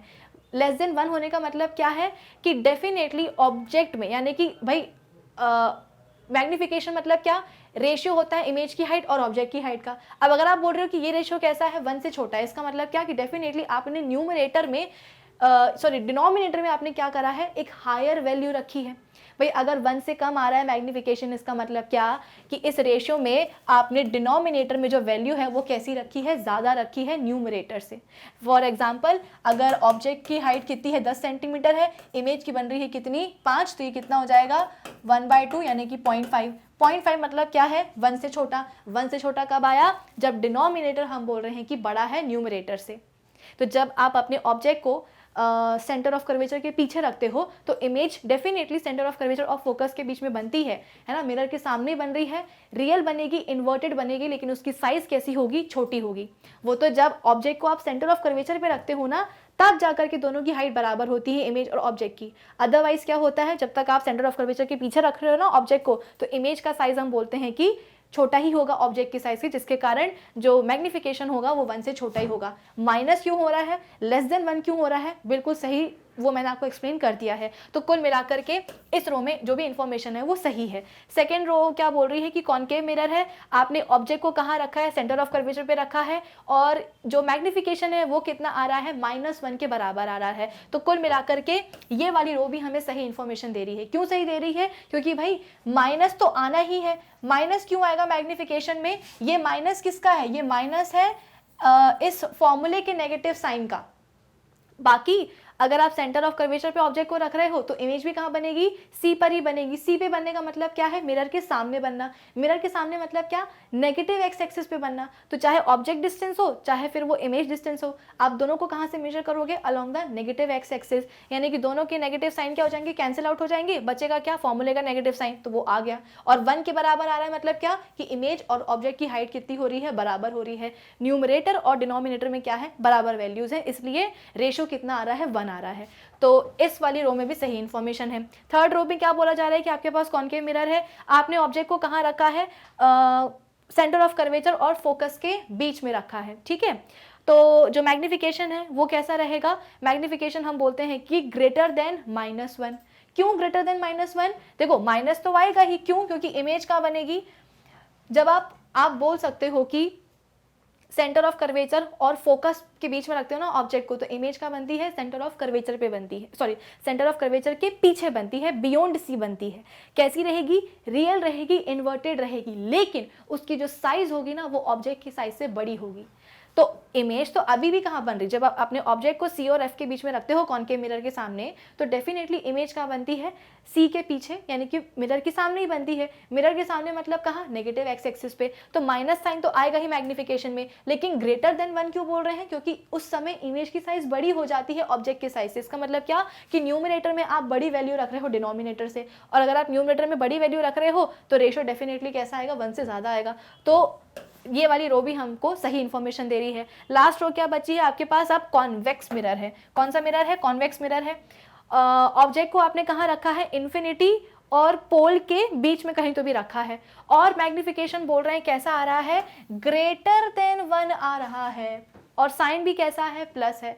तो यहाँ पे तो ये हो गई क्या, गड़बड़। क्यों गड़बड़ हो गई, क्योंकि हमको पता है कि कॉन्वेक्स मिरर हमेशा हमको डिमिनिश्ड इमेज ही देगा, चाहे जहाँ भी रख लो हमेशा डिमिनिश्ड इमेज ही मिलेगी। इसका मतलब क्या कि इमेज की जो साइज़ है ना वो ऑब्जेक्ट के साइज से हमेशा छोटी ही रहेगी, और अगर इमेज की साइज़ छोटी हो रही है ऑब्जेक्ट के साइज से, इसका मतलब क्या कि डिनोमिनेटर में आप बड़ी वैल्यू रख रहे हो न्यूमरेटर से, और अगर डिनोमिनेटर में बड़ी वैल्यू है तो जो रेशियो है वो हमेशा कैसा रहेगा, 1 से कम ही आएगा। इसका मतलब क्या कि ये वाला जो रो है, ये वाली जो रो है वो हमको गलत इन्फॉर्मेशन दे रही है, क्योंकि इसके अकॉर्डिंग मैग्निफिकेशन कॉन्वेक्स मिरर का कैसा होता है, ग्रेटर देन 1 आ रहा है, जबकि ऐसा नहीं है, हमेशा 1 से कम ही रहेगा, क्योंकि कॉन्वेक्स मिरर हमको हमेशा डिमिनिश्ड इमेज ही देता है।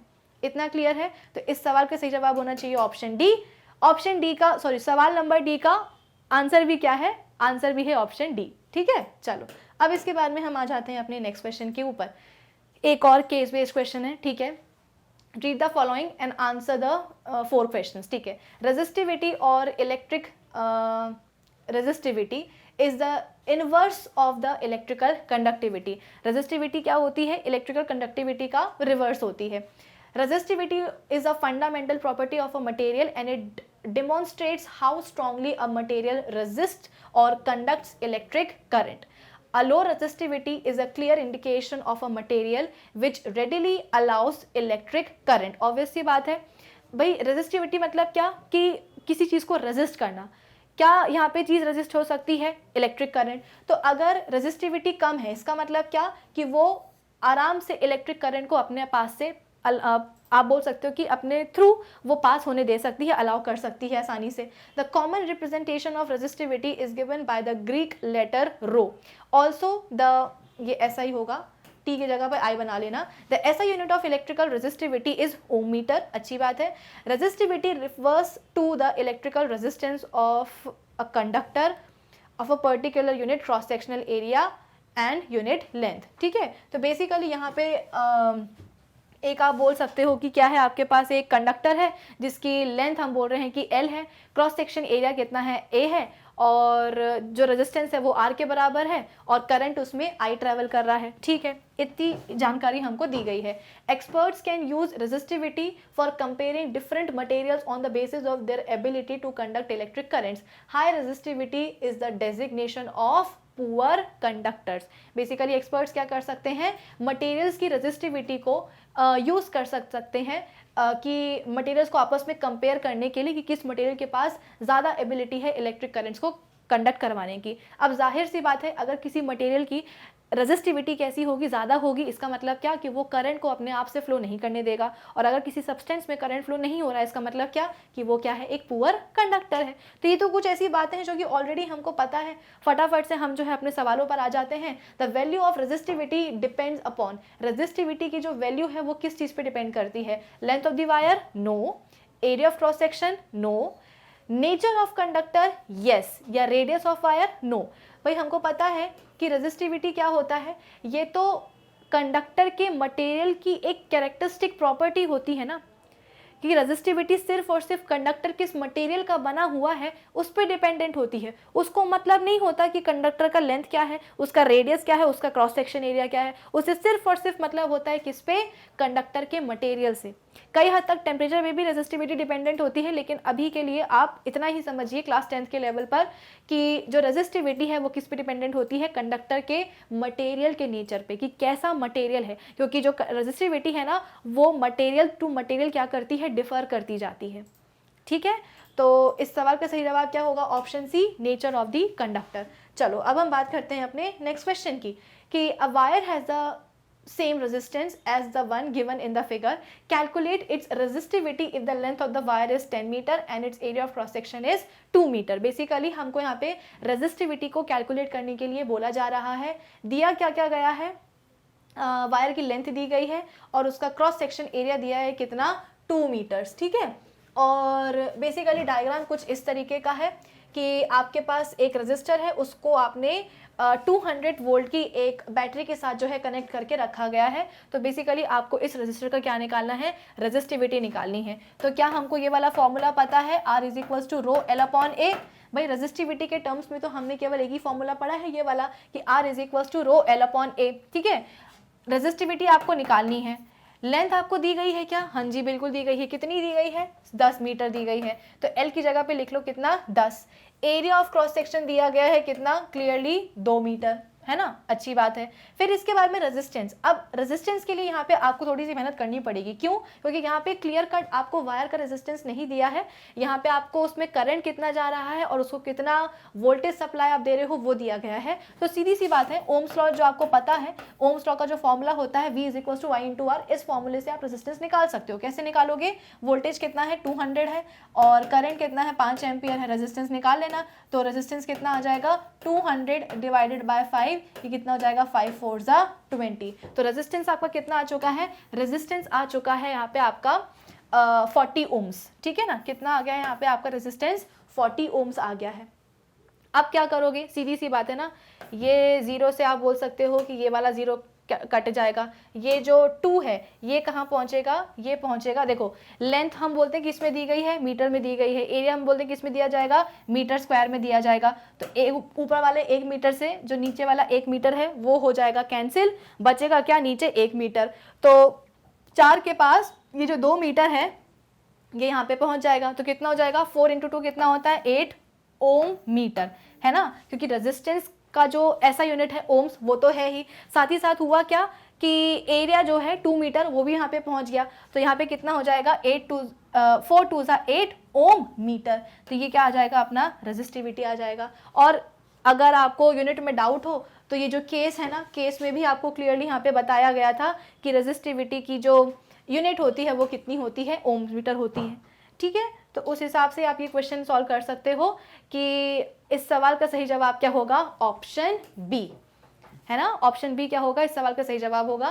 कितनी आई है रेजिस्टिविटी वायर की या रेजिस्टर की, 8 ओम मीटर आई है.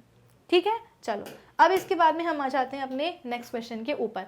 The resistivity of alloy is. अब एक काम करो, इसको जो है ना आप अपना मान लो होमवर्क, क्योंकि आज के सेशन में मैं आपको केवल एक ही होमवर्क दूंगी और वो है ये. मुझे आप ज़रा बताओ कि अलॉय की रेजिस्टिविटी कैसी होती है, बहुत कम होती है, बहुत ज़्यादा होती है, कॉन्स्टिट्यूएंट मेटल से कम होती है, या option D more than resistivity of insulators. Insulators की रेजिस्टिविटी से क्या होती है, ज़्यादा होती है. ये सब आप मुझे बताओगे, ठीक है ना. सही ऑप्शन बताओ मुझे कमेंट सेक्शन में. होमवर्क समझ में आ गया. चलो अब हम आ जाते हैं अपने नेक्स्ट पार्ट पर. ये क्या है, A student plotted the graphs as shown in below to study the variation of resistance R of a wire with its length and radius. तो बेसिकली बच्चे ने करा क्या है कि रेजिस्टेंस और वायर की लेंथ और रेजिस्टेंस और वायर का जो रेडियस है उसके बीच में दो अलग अलग ग्राफ प्लॉट करे हैं. ये वाला जो ग्राफ है वो किसके बीच का है, रेजिस्टेंस और लेंथ के बीच का है. ये वाला जो ग्राफ है वो रेजिस्टेंस और जो रेडियस है उसके बीच का है. एक्स एक्सिस पे लिया है रेडियस, वाई पे लिया है रेजिस्टेंस, यहाँ पे लिया है एक्स एक्सिस पे लेंथ और वाई एक्सिस पे लिया है क्या, रेजिस्टेंस. ठीक है, तो ग्राफ आपके सामने है, दिख रहा होगा आपको. सवाल क्या पूछा गया है, select the correct statement after analysing the graph. कर लिया हमने एनालाइज, आगे की बात करते हैं कौन सा स्टेटमेंट इसमें सही है. तो फर्स्ट स्टेटमेंट क्या है, the resistance of a wire is inversely related to the length of the wire. बिल्कुल भी नहीं भी. हमने अभी अभी कौन सा फॉर्मूला देखा है, R is equals to rho L upon A. देखा है ना हमने ये वाला फॉर्मूला. तो इस फॉर्मूले से हमको क्या रिलेशन समझ में आता है कि जो वायर का रेजिस्टेंस है वो डायरेक्टली प्रोपोर्शनल होता है उस वायर की लेंथ के, है कि नहीं. भाई वायर में रेजिस्टेंस क्यों आता है, क्योंकि वायर के अंदर जो फ्री इलेक्ट्रॉन्स होते हैं ना वो कोलिजन करते हैं. कैसे कोलिजन करते हैं, कभी एटम, आप बोल सकते हो कि कंडक्टर के एटम के साथ, कभी कंडक्टर के अंदर जो भी इम्प्योरिटीज़ हैं उन इम्प्योरिटी पार्टिकल्स के साथ, कभी तो आपस में जाकर के टकरा जाएंगे. तो जितने ज़्यादा नंबर ऑफ कोलिजन्स होंगे उस वायर में रेजिस्टेंस भी कैसा होगा, उतना ही ज़्यादा होगा. अब आप खुद सोचो, अगर आपने क्या किया है, वायर की लेंथ बढ़ा दी है. अगर आपने वायर की लेंथ बढ़ा दी है तो अब क्या होगा, नंबर ऑफ कोलिजन्स और इंक्रीज हो जाएंगे ना भाई। इनिशियली आपके वायर की जो लेंथ थी वो कितनी थी, 5 मीटर थी, तो जो भी कोलिजन्स हो रहे थे वो कहाँ हो रहे थे, इस 5 मीटर की लेंथ में हो रहे थे। अब आपने क्या किया, उठा करके वायर की जो लेंथ है वो आपने कितना कर दिया, 10 मीटर कर दिया। तो अब जो कोलिजन्स होंगे इलेक्ट्रॉन्स के, फ्री इलेक्ट्रॉन्स के, वो कहाँ होंगे, अब इस 10 मीटर की लेंथ में होंगे। यानी कि लेंथ बढ़ाने से क्या हुआ, रेजिस्टेंस और बढ़ गया क्योंकि नंबर ऑफ कोलिजन ज्यादा बढ़ गए। ठीक है, तो ये रिलेशन तो हमको फॉर्मूला से पता ही है, साथ ही जो बच्चे ने ग्राफ प्लॉट किया है, इस ग्राफ से भी आप देख करके बता सकते हो कि वायर की रेजिस्टेंस और लेंथ के बीच में क्या रिलेशन होता है, कि जैसे जैसे आप लेंथ बढ़ाते जा रहे हो वैसे वैसे रेजिस्टेंस भी क्या होता जा रहा है, बढ़ता ही जा रहा है। तो इस सवाल का सही जवाब क्या होगा, देखो बच्चा क्या बोल रहा है कि the resistance of a wire is inversely related to the length of the wire, बिल्कुल भी नहीं, ये वाला तो गलत है। सेकंड स्टेटमेंट क्या बोल रहा है, सेकंड बोल रहा है कि the resistance of a wire is directly related to the length of the wire, ये सही है। हालांकि यहाँ पे जो रिलेशन दिया है ना ये गलत है, इसकी जगह पे आप ये लिख लेना कि R is directly proportional to L। ठीक है, सेकेंड स्टेटमेंट में बच्चा क्या बोल रहा है कि जो वायर का जो रेजिस्टेंस है वो डायरेक्टली रिलेटेड होता है किसके, तो वायर की लेंथ के साथ, ये वाला रिलेशन। तो उस हिसाब से ये जो हमारा स्टेटमेंट है सेकंड वाला, ये है बिल्कुल सही। थर्ड स्टेटमेंट क्या बोल रहा है कि the resistance of a wire is inversely related to the radius of the wire. ठीक है, अभी ध्यान से आप पढ़ते जाओ। फोर्थ स्टेटमेंट क्या बोल रहा है, बेसिकली थर्ड स्टेटमेंट में हमको ये बोला गया कि जो वायर का रेजिस्टेंस होता है वो इनवर्सली रिलेटेड होता है किससे, तो वायर के रेडियस से। ठीक है ना, यानी कि R इज इक्वल्स टू या R is proportional to 1/R। लेकिन फोर्थ स्टेटमेंट क्या बोल रहा है कि the resistance of a wire is inversely related to the square of the radius of the wire, that is R is proportional to 1/R²। आपको क्या लगता है भाई, थर्ड वाला सही होगा या फोर्थ वाला? मेरे हिसाब से तो फोर्थ वाला सही होना चाहिए। क्यों? क्योंकि हमने इस फॉर्मूले से क्या पढ़ा है कि R is equals to ρL/A। तो वायर का जो रेजिस्टेंस है वो उसके क्रॉस सेक्शन एरिया के कैसा है, इनवर्स रिलेशन में है, कि अगर आपने वायर का क्रॉस सेक्शन एरिया बढ़ा दिया है तो रेजिस्टेंस कम हो जाएगा वायर का। क्यों कम हो जाएगा? क्योंकि क्रॉस सेक्शन एरिया बढ़ाने से होगा क्या कि फ्री इलेक्ट्रॉन्स के मूवमेंट के लिए आप उनको जगह दे दोगे ना। क्रॉस सेक्शन एरिया आपने बढ़ा दिया है वायर का, आपने जो है ना ज़्यादा एरिया दे दिया है फ्री इलेक्ट्रॉन्स को मूव करने के लिए, या आप ये भी बोल सकते हो कि फ्री इलेक्ट्रॉन्स को मूव करने के लिए आपने थोड़ी सी जगह दे दी है। तो अगर जगह बढ़ गई है फ्री इलेक्ट्रॉन्स के मूव करने के लिए, तो वो जो टकरा रहे हैं ना कभी किसी दूसरे इलेक्ट्रॉन्स के साथ, कभी एटम्स के साथ, कभी इम्प्योरिटी पार्टिकल्स के साथ, वो टकराना उनका कम हो जाएगा ना। तो नंबर ऑफ कोलिजन्स अगर कम होंगे तो रेजिस्टेंस भी कम हो जाएगा। लेकिन ये जो एरिया है, ठीक है, ये जो एरिया है ये क्या होता है, ये होता है πr²। आप ये बोल सकते हो कि वायर का जो रेजिस्टेंस होता है वो इनवर्सली प्रोपोर्शनल होता है किसके, एरिया के, है ना। तो R, ये वाला रिलेशन सही हो सकता है कि R is inversely proportional to 1/A।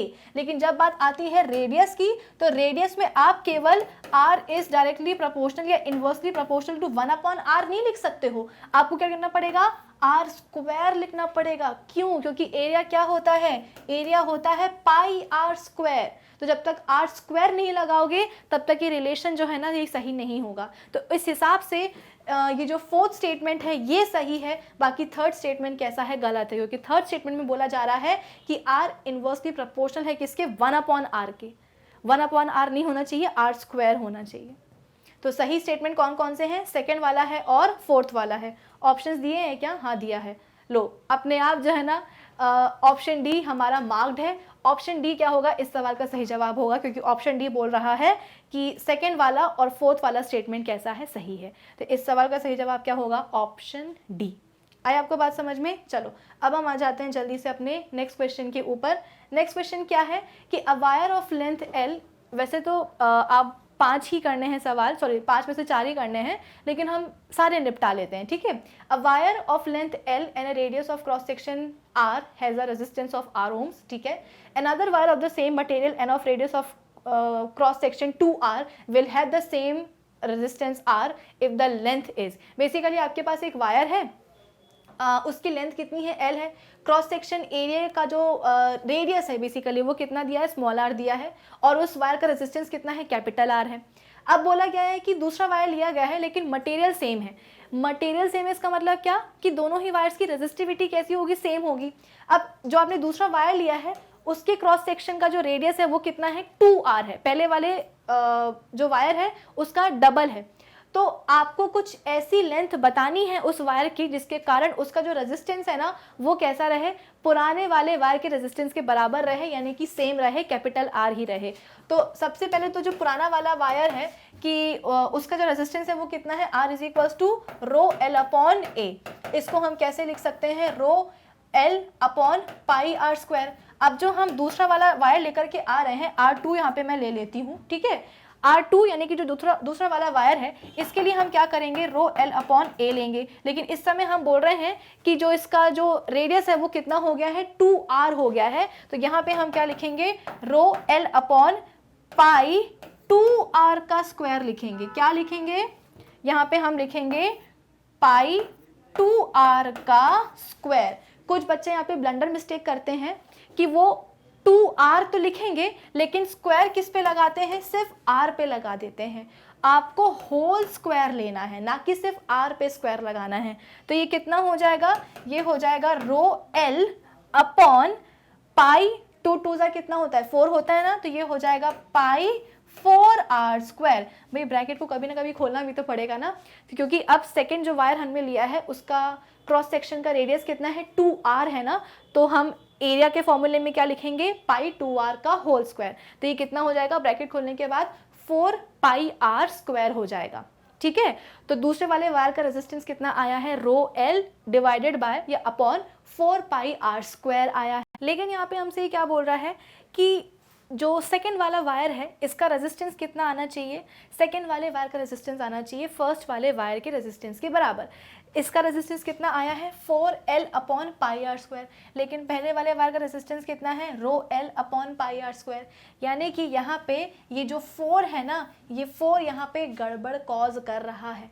कुछ हम ऐसा करें कि इसका जो 4 है ना वो हम गायब कर दें।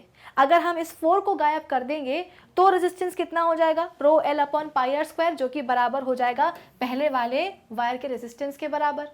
यानी कि जो सवाल में हमसे बोला जा रहा है वो हम वैसा सच में कर देंगे। लेकिन ऐसा कब पॉसिबल है, जब डिनोमिनेटर का 4 जो है ना कैंसिल आउट होगा। कैसे कैंसिल आउट होगा, जब न्यूमरेटर में भी हम बोलते हैं कि 4 होगा ना, तब जाकर के नीचे का 4 ऊपर वाले 4 से कैंसिल आउट होगा और तब जाकर के जो रेजिस्टेंस है वो कितना होगा, rho L upon pi R square, यानी कि पहले वाले वायर के रेजिस्टेंस के बराबर होगा। अब सवाल ये है कि ऊपर जो है ना हम 4 लेकर के आए कैसे। तो ऊपर 4 कैसे आ सकता है, या तो आप रेजिस्टिविटी को चेंज करो या लेंथ को चेंज करो। लेकिन रेजिस्टिविटी को हम चेंज नहीं कर सकते। क्यों नहीं कर सकते, क्योंकि सवाल में दिया गया है कि जो सेकंड वाला वायर है ना वो सेम मटेरियल का बना है, another wire of same material. तो जब मटेरियल सेम है तो रेजिस्टिविटी कैसे चेंज होगी। तो रेजिस्टिविटी को तो हम चेंज नहीं सकते। बचा कौन, लेंथ। तो लेंथ को हम कुछ ऐसा कर दें कि नीचे वाला डिनोमिनेटर जो है ना ऊपर वाले न्यूमरेटर से कैंसिल आउट हो जाए, तो जो रेजिस्टेंस है वो कैसा रहेगा, पहले वाले वायर के रेजिस्टेंस के बराबर ही रहेगा। तो हमने क्या किया, हमने जो है ना लेंथ को क्या ले लिया है, 4 टाइम्स ले लिया है। यानी कि हमने लेंथ क्या ले ली है, 4l ले ली है। तो जब हम लेंथ को 4l ले लेंगे और क्रॉस सेक्शन एरिया का जो रेडियस है वो हम 2r ले लेंगे, तो फॉर्मूले में आप जब सारी वैल्यूज़ को रखोगे तो ऊपर वाला 4 नीचे वाले 4 से कैंसिल आउट हो जाएगा। बचेगा कितना, 4l upon pi R square, जो कि पहले वाले वायर के रेजिस्टेंस के बराबर हो जाएगा। तो ऐसा कब करोगे आप, जब आप लेंथ को क्या लोगे, जो सेकंड वाला वायर आप ले रहे हो जिसका क्रॉस सेक्शन का एरिया कितना है, 2r है, उसकी लेंथ को आप क्या लोगे, 4l लोगे। l क्या थी, पुराने वाले फर्स्ट वाले वायर की लेंथ थी। तो जब आप नए वाले वायर जिसका क्रॉस सेक्शन का रेडियस कितना है, 2r है, जब आप उसकी लेंथ को 4l लोगे, यानी कि पहले वाले वायर की लेंथ के 4 टाइम्स ज़्यादा आप उसकी लेंथ लोगे, तब जाकर के जो आप बोल सकते हो कि जो रेजिस्टेंस है दोनों ही वायर्स का वो कैसा होगा, सेम हो पाएगा। तो इस सवाल का सही जवाब क्या होना चाहिए, ऑप्शन सी 4l। ठीक है, कब हो पाएगा, when the length is 4l। आई आपको बात समझ में, चलो आई होप ये क्वेश्चन सभी को समझ में आया होगा। अब हम आ जाते हैं अपने नेक्स्ट क्वेश्चन के ऊपर। देखो अब सेक्शन ए हमारा कंप्लीट हो चुका है। अब हम आ जाते हैं अपने सेक्शन बी के ऊपर। सेक्शन बी में हमको पता है कि सभी 2 मार्क्स वाले क्वेश्चंस देखने को हम पे मिलते हैं, ठीक है।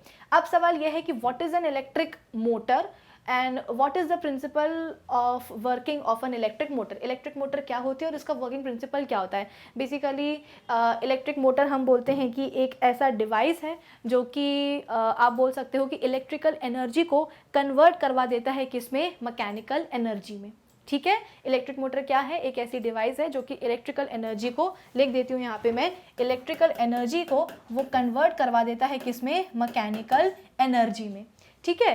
तो इलेक्ट्रिक मोटर क्या है वो तो हमने देख लिया, लेकिन बात यह है कि ये किस प्रिंसिपल के ऊपर बेस्ड होता है। तो ये क्वेश्चन भी हमने ऑलरेडी पढ़ा हुआ है ना। कई तरह के सवाल हम इस टॉपिक पे कर चुके हैं कि भाई इलेक्ट्रिक मोटर का वर्किंग प्रिंसिपल क्या होता है। तो बड़ा आसान है कि आपने वो वाला कंसेप्ट तो पढ़ा ही होगा कि जब हम एक करंट कैरिंग कंडक्टर को किसी दूसरे मैग्नेट की मैग्नेटिक फील्ड में रखते हैं तो उसके ऊपर क्या होता है, आप बोल सकते हो कि एक वो फोर्स एक्सपीरियंस करता है ना। हमने उसके ऊपर एक सिमुलेशन भी देखा था कि किस तरीके से एक कंडक्टर है आपके पास, उसमें करंट फ्लो कर रहा है। जब आप उसे किसी दूसरे मैग्नेट की मैग्नेटिक फील्ड में रखते हो तो होगा क्या, देखो दूसरा जो मैग्नेट है उसकी मैग्नेटिक फील्ड तो होगी ही, साथ ही साथ जो आप कंडक्टर रख रहे हो जिसमें करंट फ्लो हो रहा है तो वो अब करंट कैरिंग कंडक्टर भी तो क्या बन जाएगा, एक इलेक्ट्रोमैग्नेट बन जाएगा ना, उसकी भी क्या होगी, मैग्नेटिक फील्ड होगी। तो जब आप एक करंट कैरिंग कंडक्टर को किसी दूसरे मैग्नेटिक फील्ड में रखते हो तो दोनों ही मैग्नेट्स, परमानेंट मैग्नेट और जो इलेक्ट्रोमैग्नेट आपने बनाया है, दोनों ही मैग्नेट्स की जो मैग्नेटिक फील्ड है वो आपस में क्या करती हैं, इंटरेक्शन शो करती हैं, जिसके कारण क्या होगा, एक मैग्नेट अगर दूसरे मैग्नेट के ऊपर जो है ना एक फोर्स एक्सर्ट करेगा तो बदले में दूसरा मैग्नेट भी क्या करेगा, इक्वल अमाउंट का ऑपोजिट डायरेक्शन में फोर्स एक्सर्ट करने वाला है। तो ये कंसेप्ट हमने ऑलरेडी पढ़ा हुआ है कि जब एक करंट कैरिंग कंडक्टर को किसी दूसरे मैग्नेट की मैग्नेटिक फील्ड में रखते हैं तो डेफिनेटली क्या लगता है, एक वो फोर्स एक्सपीरियंस करता है। सिमिलरली इलेक्ट्रिक मोटर में क्या होता है भाई, इलेक्ट्रिक मोटर में आपके पास जो है मैग्नेट के 2 पोल्स होते हैं, एक होता है नॉर्थ और दूसरा होता है आपके पास साउथ। फिर इसके बाद में आप इसमें क्या करते हो, एक रेक्टेंगुलर कॉइल रख देते हो। इस रेक्टेंगुलर कॉइल को जो है आप एक बैटरी के साथ कनेक्ट करते हो। ऑब्वियस सी बात है, अगर आप इस कॉइल को बैटरी के साथ कनेक्ट कर रहे हो तो ये भी क्या बन जाएगा, करंट कैरिंग कॉइल बन जाएगा, यानी कि ये भी क्या बन जाएगा, एक इलेक्ट्रोमैग्नेट बन जाएगा, ठीक है। तो ये जो इलेक्ट्रोमैग्नेट होगा इसकी भी मैग्नेटिक फील्ड होगी, प्लस आपने यहाँ पे जो 2 पोल्स रखे हैं मैग्नेट के, नॉर्थ एंड साउथ पोल, इनके बीच में भी तो क्या होगी, मैग्नेटिक फील्ड होगी ना। और उसका डायरेक्शन कैसे होगा, डायरेक्शन होगा नॉर्थ से साउथ तक। तो दोनों ही मैग्नेट्स की मैग्नेटिक फील्ड आपस में क्या करेगी, इंटरेक्शन शो करेंगी, जिसके कारण ये जो कॉइल होगा ना इसके ऊपर एक फोर्स लगेगा। फोर्स भी कैसा होगा, इस आर्म के ऊपर, अभी हम मान के चलते हैं कि अगर इस वाली आर्म के ऊपर ये ए बी आर्म है, तो इस आर्म के ऊपर अगर ऊपर की तरफ फोर्स लग रहा है तो इक्वल अमाउंट का फोर्स कहाँ लगेगा, इस सी डी आर्म पे लगेगा, लेकिन उसका डायरेक्शन क्या होगा, ऑपोजिट होगा। ऐसे 2 इक्वल अमाउंट के जो फोर्सेज होते हैं जो कि ऑपोजिट डायरेक्शन में लगते हैं, इन्हें हम क्या कहते हैं, ऐसे फोर्सेस के कपल को हम क्या कहते हैं, टॉर्क कहते हैं, ठीक है। तो हुआ क्या, क्योंकि हमने इस इलेक्ट्रोमैग्नेट को दूसरे मैग्नेट की मैग्नेटिक फील्ड में रखा था, जिसके कारण क्या हुआ, इस इलेक्ट्रोमैग्नेट के ऊपर फोर्स लगा, इस वाली आर्म के ऊपर लगा, इस वाली आर्म पर नीचे की तरफ लगा। तो होगा क्या, जैसे कि आपके पास ये पेन है, आप इस पेन पे नीचे से एक फोर्स लगा रहे हो, वहीं आप क्या कर रहे हो, इसके दूसरे एंड पर ऊपर की तरफ से आप एक फोर्स लगा रहे हो। तो होगा क्या, अल्टीमेटली आपका जो पेन है वो क्या करेगा, घूमने लगेगा। क्यों घूम रहा है, क्योंकि यहां से लग रहा है नीचे, सॉरी यहां से एक फोर्स लग रहा है ऊपर की तरफ और यहां पे हम बोल रहे हैं फोर्स लग रहा है एक नीचे की तरफ। तो ये वाला एंड जाएगा ऊपर, ये वाला जाएगा नीचे, तो ये ऊपर नीचे होता जाएगा, जिसके कारण आपका जो पेन है वो रोटेट करता जाएगा, मैकेनिकल एनर्जी, रोटेशनल एनर्जी आ जाएगी। आई आपको बात समझ में। इसीलिए इलेक्ट्रिक मोटर को हम क्या कहते हैं, एक ऐसी डिवाइस जो कि इलेक्ट्रिकल एनर्जी को कन्वर्ट करवा देती है मैकेनिकल एनर्जी में। कैसे करवा देती है, क्योंकि प्रिंसिपल पे बेस्ड होती है। वर्किंग प्रिंसिपल क्या होता है इसका, कि जब आप एक करंट कैरिंग कंडक्टर को किसी दूसरे मैग्नेट की मैग्नेटिक फील्ड में रखोगे तो दोनों ही मैग्नेट्स की मैग्नेटिक फील्ड आपस में इंटरेक्शन करेंगे, जिसके कारण जो करंट कैरिंग कंडक्टर होगा वो अपने ऊपर एक फोर्स एक्सपीरियंस करेगा, और इस फोर्स के कारण हम बोलते हैं कि मैकेनिकल एनर्जी जो है कन्वर्ट, या आप बोल सकते हो कि मैकेनिकल एनर्जी प्रोड्यूस हो जाएगी, या इलेक्ट्रिकल एनर्जी हम बोलते हैं कि मैकेनिकल एनर्जी में कन्वर्ट हो जाएगी। तो ये जो कॉइल है ना, ये कॉइल क्या करने लगेगी, घूमने लगेगी। क्यों, एक तरफ लग रहा है ऊपर की तरफ फोर्स, एक तरफ लग रहा है नीचे की तरफ फोर्स। जैसे कि इस पेन पे लग रहा है ऐसे लगेगा ऊपर, इस एंड पे लग रहा है ऊपर की तरफ, इस एंड पे लग रहा है नीचे की तरफ, तो ये पेन क्या करेगा, ऐसे गोल गोल गोल गोल घूमने लगेगा। सिमिलरली ये कॉइल भी क्या करेगी, गोल गोल गोल गोल घूमने लगेगी।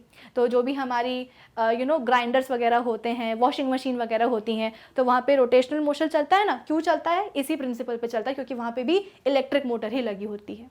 कितने मार्क का सवाल है ये, 2 मार्क का सवाल है। इतना लिख कर के आओगे तो पूरे के पूरे मार्क्स मिल जाएंगे, ठीक है। चलो अब इसके बाद में नेक्स्ट क्वेश्चन क्या है कि on what factors does the colour of scattered light depend. इस पे पूछा जा रहा है कि कौन सा ऐसा फैक्टर है जो कि डिसाइड करेगा कि कौन से कलर की लाइट स्कैटर होगी। इस सवाल में बच्चे कंफ्यूज हो सकते हैं कि मैम हमने एक क्वेश्चन ये भी पढ़ा है कि कौन से ऐसे फैक्टर्स हैं जिसके ऊपर लाइट की स्कैटरिंग डिपेंडेंट होती है। तो बच्चे क्या करेंगे, कुछ बच्चे, सब नहीं, सभी के सभी उन फैक्टर्स को इस क्वेश्चन के आंसर के फॉर्म में लिख करके आ जाएंगे, लेकिन ऐसा करना नहीं है, वो क्वेश्चन अलग है। ऐसा क्वेश्चन तो शायद मैंने आपको होमवर्क के लिए भी दिया था कि ऐसे कौन से फैक्टर्स हैं जिसके ऊपर लाइट की स्कैटरिंग डिपेंडेंट होती है, लेकिन इस सवाल में ये पूछा जा रहा है कि कौन सा ऐसा फैक्टर है जो कि डिसाइड करता है कि कौन से कलर की लाइट स्कैटर होगी। और इस सवाल का जवाब बहुत आसान है, और वो है पार्टिकल का साइज। भाई हम सबको पता है कि लाइट की स्कैटरिंग कैसे होती है। लाइट की स्कैटरिंग तभी होती है ना जब लाइट एक पर्टिकुलर टाइप के पार्टिकल से जाकर के टकराए। जब वो टकराती है तभी लाइट क्या होती है, स्कैटर होती है। तो कौन से कलर की लाइट स्कैटर हो रही है ये कौन डिसाइड करेगा, पार्टिकल का साइज जिससे कि लाइट जाकर के टकरा रही है। जैसे कि अगर शॉर्टर वेवलेंथ की अगर हम बोल रहे हैं कि पार्टिकल का जो साइज है वो छोटा है, ठीक है, पार्टिकल का साइज अगर छोटा है और उस छोटे साइज वाले पार्टिकल के साथ जाकर के लाइट टकरा रही है, तो क्या होगा, वो जो पार्टिकल है ना वो शॉर्टर वेवलेंथ की लाइट्स को स्कैटर करेगा। और अगर टकराने वाला पार्टिकल का साइज कैसा है, बड़ा है, तो वो जो लाइट स्कैटर करेगा, कौन सी लाइट स्कैटर करेगा, लॉन्गर वेवलेंथ वाली लाइट को स्कैटर करेगा। तो कौन से कलर की लाइट स्कैटर होगी ये डिसाइड करने वाला कौन होता है, पार्टिकल का साइज। अगर पार्टिकल का साइज छोटा है तो शॉर्टर वेवलेंथ की लाइट जो है स्कैटर होंगी, और अगर पार्टिकल का साइज बड़ा है तो लॉन्गर वेवलेंथ की लाइट स्कैटर होंगी। इतना क्लियर है। चलो, तो फिर इसके बाद में इसी क्वेश्चन के ऑप्शन में आपको दूसरा क्वेश्चन दिया गया है कि what would happen if danger lights were blue in colour. अगर डेंजर लाइट्स को, डेंजर सिग्नल्स को हम ब्लू कलर का करेंगे तो क्या होगा। भाई हम सबको पता है कि लाइट की जो स्कैटरिंग होती है वो लाइट की वेवलेंथ के ऊपर डिपेंडेंट होती है। जिस लाइट की वेवलेंथ जितनी कम होगी उसकी स्कैटरिंग क्या होगी, उतनी ही ज़्यादा होगी।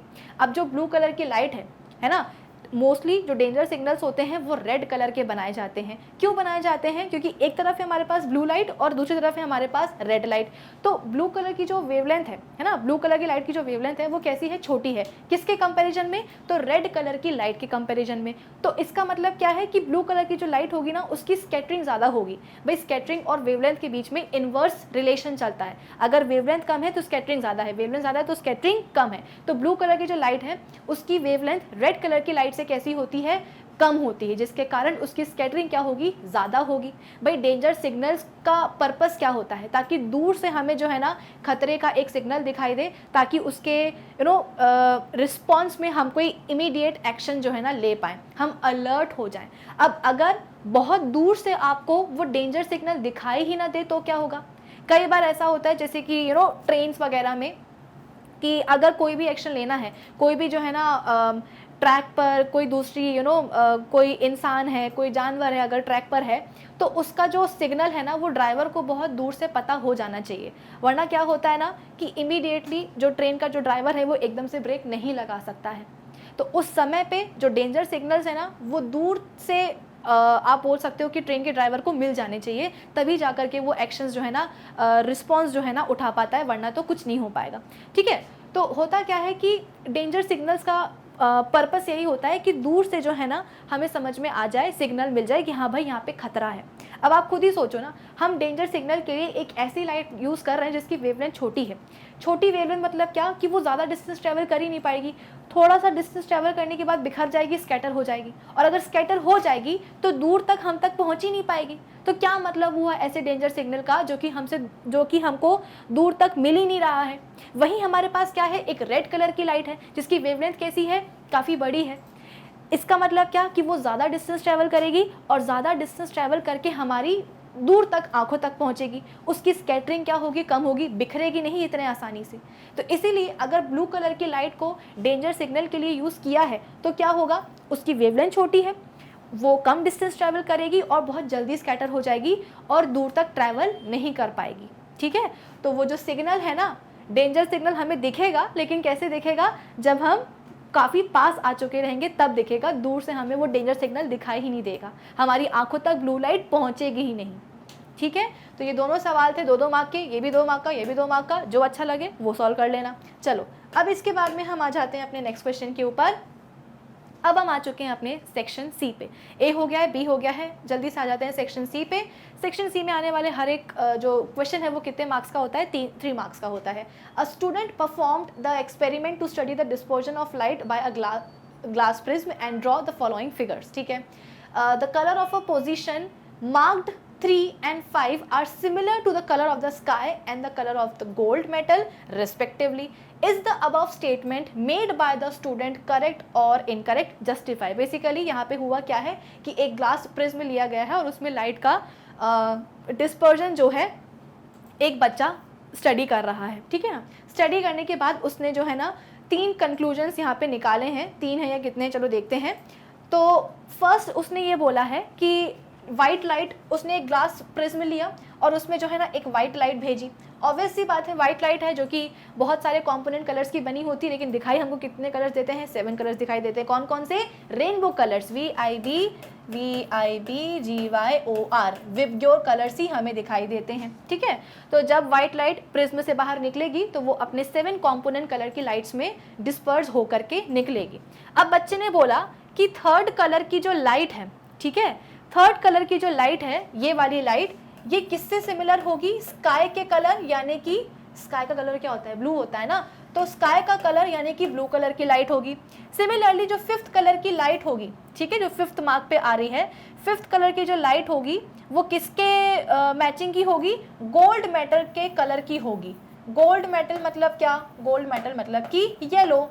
ठीक है, तो बच्चा इनडायरेक्टली ये बोलना चाह रहा है कि थर्ड कलर पे जो लाइट आएगी वो होगी ब्लू कलर की लाइट और 5th कलर पे जो लाइट आएगी वो होगी येलो कलर की लाइट। तो आपको क्या लगता है, स्टेटमेंट सही है या गलत है? मेरे हिसाब से तो गलत है। क्यों गलत है? क्योंकि हमने क्या सीखा है, ग्लास प्रिज्म में जब भी व्हाइट लाइट का डिस्पर्जन होता है, तो हाँ बात तो सही है कि व्हाइट लाइट जो है ना वो अपने 7 कॉन्स्टिट्यूएंट कलर्स में या 7 कंपोनेंट कलर्स में, ये वाले कलर्स में जो है ना डिस्पर्स होकर के बाहर निकलती है। लेकिन जो पैटर्न है ना वो आपको हमेशा कैसे दिखाई देगा? सबसे नीचे आपको मिलेगा वॉयलेट कलर, यानी कि 7th नंबर पे आपको दिखाई देगा वॉयलेट कलर, 6th नंबर पे आपको दिखाई देगा इंडिगो, और 5th नंबर पे आपको दिखाई देगा ब्लू कलर, 4th नंबर पे दिखाई देगा ग्रीन कलर, 3 कलर पे दिखाई देगा आपको येलो कलर, 2nd पोजीशन पे आपको दिखाई देगा आप बोल सकते हो कि ऑरेंज कलर, और 1st पोजीशन पे आपको दिखाई देगा कौन सा? Red colour. तो बच्चे ने जो ऑब्जर्वेशन किया है ना, ये एक्चुअली उल्टा ऑब्जर्वेशन कर लिया है ना। थर्ड कलर पे हमको येलो कलर दिखाई देगा, ना कि स्काई का कलर यानी कि ब्लू कलर, और 5th पोजीशन पे आपको गोल्ड मेटल का कलर यानी कि येलो कलर नहीं, आपको दिखाई देगा कौन सा कलर? Blue colour. हमेशा स्पेक्ट्रम हमको यही क्यों देखने को मिलता है? जैसे कि मैंने आपको बोला ना कि नीचे येलो, सबसे नीचे आपको वॉयलेट मिलेगा, फिर इंडिगो, फिर ब्लू, फिर सबसे ऊपर हम बोलते हैं कि रेड कलर मिलेगा। ऐसा क्यों होता है? ऐसा इसलिए होता है क्योंकि ये जो लाइट का जो डिस्पर्जन हो रहा है ना डिफरेंट कलर की लाइट्स का, ये इनकी वेवलेंथ के अकॉर्डिंग हो रहा है। हमको एक फॉर्मूला पता है, V = लैम्डा इंटू फ्रीक्वेंसी, है ना, म्यू। तो फ्रीक्वेंसी तो हम बोलते हैं कि लाइट की ग्लास प्रिज्म में जाने के बाद कांस्टेंट हो जाएगी, वो चेंज नहीं होगी। चेंज कौन होता है? वेवलेंथ। वेवलेंथ तो भाई सबकी अलग अलग होती है ना। लेकिन हो क्या रहा था, जब लाइट एयर में ट्रैवल कर रही थी तब भी उसकी वेवलेंथ अलग अलग थी, लेकिन सबकी सब एक ही स्पीड के साथ क्यों जा रही थी? क्योंकि सबकी फ्रीक्वेंसी कुछ इस तरीके से चेंज हो रही थी कि सबकी वेलोसिटी एक जैसी हो रही थी। लेकिन हुआ क्या, जैसे प्रिज्म के अंदर घुसी, फ्रीक्वेंसी ने बोला कि अब हम अपने आप को चेंज नहीं करेंगे, हम हो गए कांस्टेंट। तो अगर फ्रीक्वेंसी हो गई कांस्टेंट, इसका मतलब क्या कि वेवलेंथ तो डिफरेंट थी ही। अगर वेवलेंथ डिफरेंट है, इसका मतलब क्या कि जो भी कॉम्पोनेंट कलर की लाइट्स है ना, उनकी वेलोसिटीज भी क्या हो जाएंगी? आपस में अलग अलग हो जाएंगी। अब अगर हम बात करेंगे रेड कलर की लाइट की, तो इसकी वेवलेंथ सबसे ज्यादा होती है, जिसके कारण इसकी वेलोसिटी सबसे ज्यादा होती है। अगर इसकी वेलोसिटी ज्यादा है तो इसके पाथ में ज्यादा डेविएशन आपको देखने को नहीं मिलेगा। आप खुद ही सोचो ना, आपके सामने से कोई तेज स्पीड में निकल करके जा रहा है, तो क्या आपको उसको धक्का मारने का ज्यादा टाइम मिलेगा? क्या नहीं मिलेगा।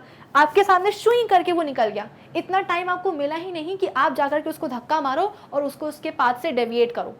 लेकिन अगर आपके सामने से कोई एक ऐसा इंसान जा रहा है जो कि काफ़ी स्लो है, धीरे धीरे धीरे दौड़ रहा है, तो आप तो उसको 10 बार जाकर के धक्का मार के आ जाओगे और उसको उसके पाथ से डेविएट कर दोगे। तो यहाँ पे डेविएशन सबसे ज़्यादा किसको देखने को मिलेगा? वॉयलेट कलर की लाइट को। क्यों? क्योंकि उसकी वेलोसिटी कम है। वेलोसिटी सबसे कम क्यों है? क्योंकि उसकी वेवलेंथ कम है ना। तो वेवलेंथ कम होने के कारण उसकी वेलोसिटी कम हो जाएगी, और वेलोसिटी कम होने के कारण उसमें जो डेविएशन होगा ना उसकी पाथ में, वो सबसे ज़्यादा होगा। और डेविएशन ज़्यादा है जिसके कारण आपको जो वॉयलेट कलर की लाइट है ना वो हमेशा आपको कहाँ देखने को मिलेगी? 7th पोजीशन पर ही देखने को मिलेगी।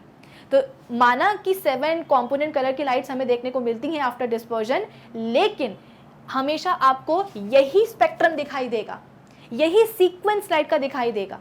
क्यों? क्योंकि जो डिस्पर्जन हो रहा है ना वो इन कलरफुल लाइट्स की वेवलेंथ के अकॉर्डिंग हो रहा है। ठीक है, तो सबसे ऊपर मिलेगी रेड, फिर मिलेगी ऑरेंज, नीचे मिलेगी येलो, उसके नीचे मिलेगी ग्रीन, उसके नीचे मिलेगी ब्लू, उसके नीचे इंडिगो, और सबसे नीचे वॉयलेट। तो बच्चे का जो भी स्टेटमेंट है, कंक्लूजन है, वो गलत है, जस्टिफाई भी हमने कर दिया है। सेकेंड क्या है कि which of the above shown positions correspond approximately to the colour of. A क्या है? A solution of potassium permanganate. Potassium permanganate. अब एक काम करो, इसका आंसर भी आप मुझे कमेंट में बताओगे, होमवर्क है आपका। एक होमवर्क मैंने आपको दिया था कि आपको अलॉयज की रेजिस्टिविटी के बारे में कमेंट करना है, और दूसरा आपको ये बताना है कि पोटेशियम परमैंगनेट का कलर क्या होता है। फिजिक्स में केमिस्ट्री इन्होंने घुसा दी है, तो पोटेशियम परमैंगनेट का आप मुझे कलर बताओगे। ठीक है, ये है आपका आज के इस सेशन का होमवर्क। थर्ड क्या है? डेंजर और स्टॉप सिग्नल लाइट्स। तो ये हमको सबको पता है कि भाई रेड कलर की लाइट का जो है ना यूज़ किया जाता है डेंजर या स्टॉप सिग्नल्स में, तो वो कौन सी पोजीशन पे आएगा? वो आएगा फर्स्ट पोजीशन पे। ठीक है ना। चलो, तो ये वाला क्वेश्चन भी हमारा हो गया है कंप्लीट। अब हम आ जाते हैं अपने नेक्स्ट क्वेश्चन पे, जो कि है अगेन 3 मार्क्स के लिए, कि study the following circuit and answer the questions that follows.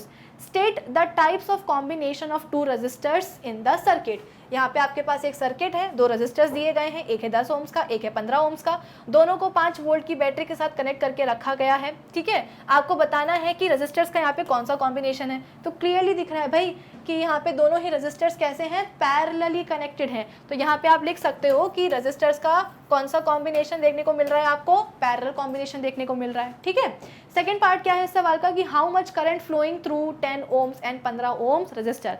हर एक रेजिस्टर के अक्रॉस करंट कितना जा रहा है। अब अगर तो ये दोनों ही रेजिस्टर्स सीरीज में कनेक्टेड होते तो हमारे लिए सवाल बहुत आसान हो चुका रहता। क्यों? क्योंकि सीरीज में तो इक्वल अमाउंट का करंट जाता है ना हर एक रेजिस्टर के अक्रॉस, लेकिन अनफॉर्चुनेटली ये दोनों हैं पैरेलल में कनेक्टेड। इसका मतलब क्या कि दोनों के अक्रॉस करंट का डिस्ट्रीब्यूशन होगा। लेकिन अच्छी बात क्या है कि पोटेंशियल का डिस्ट्रीब्यूशन नहीं होगा ना। ओम्स लॉ का फॉर्मूला पता है ना, V = I × R। ये वाला जो रेजिस्टर है इसका नाम हम रख देते हैं 1, इसका रख देते हैं 2। ठीक है, तो रेजिस्टर 1 के अक्रॉस कितना करंट जाएगा इसी फॉर्मूले से निकालेंगे, तो R1 = V/I1। ठीक है, या सॉरी हमें निकालना क्या है? करंट निकालना है ना।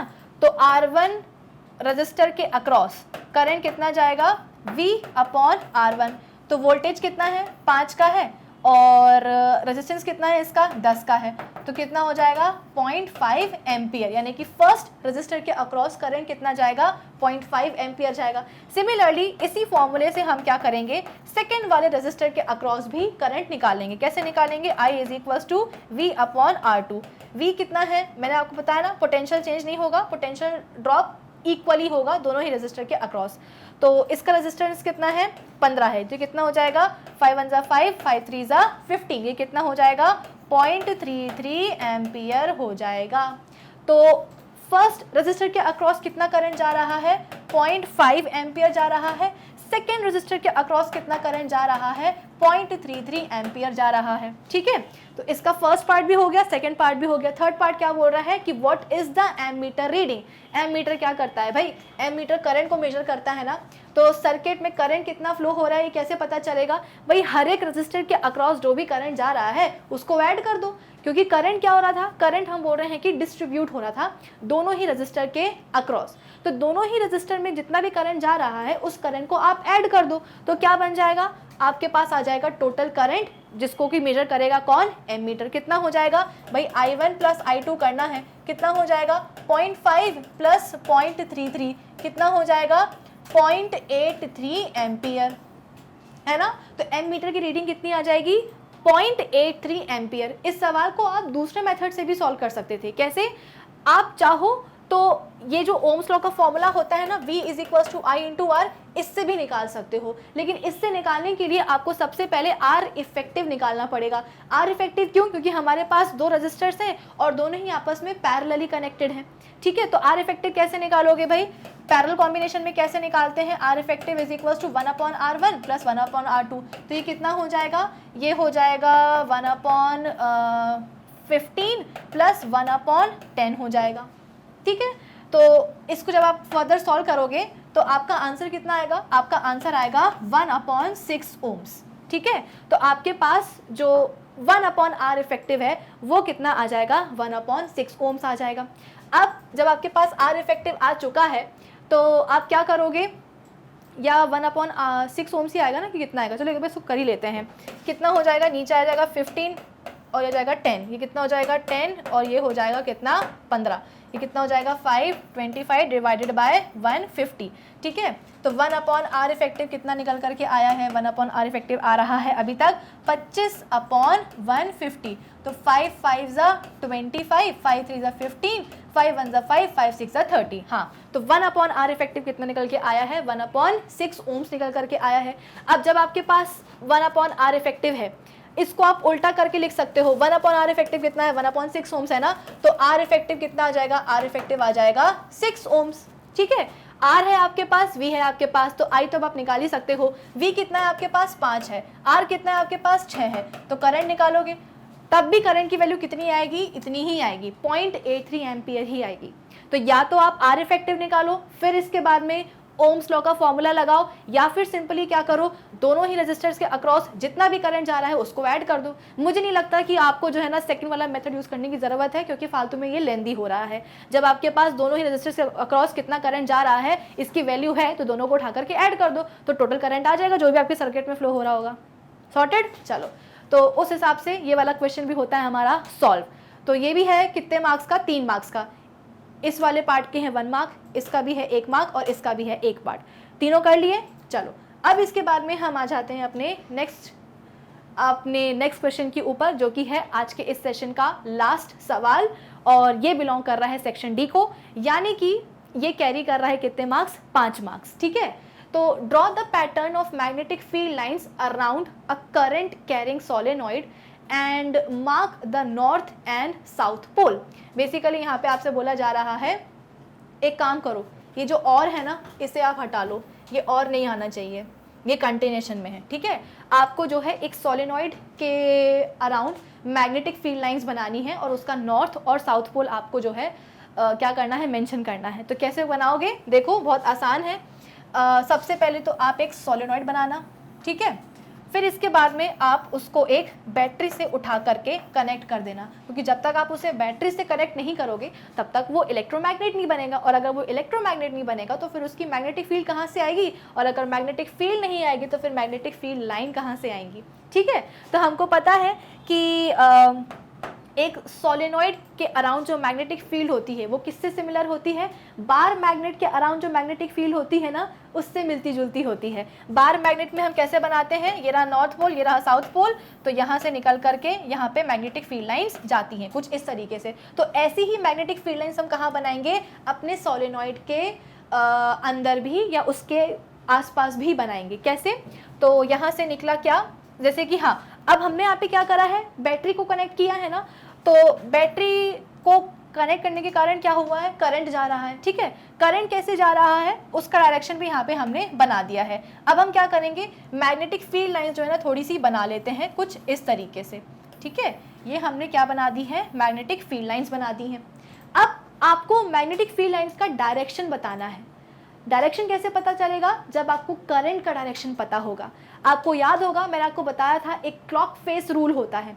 क्लॉक फेस रूल के अकॉर्डिंग जब सर्किट में करंट कैसा जाता है, क्लॉकवाइज जाता है, तो वो कौन सा होता है पोल? वो होता है आपका साउथ पोल। और जब करंट कैसा जाता है, एंटी क्लॉकवाइज डायरेक्शन, तो वो क्या बन जाता है? वो बन जाता है north pole.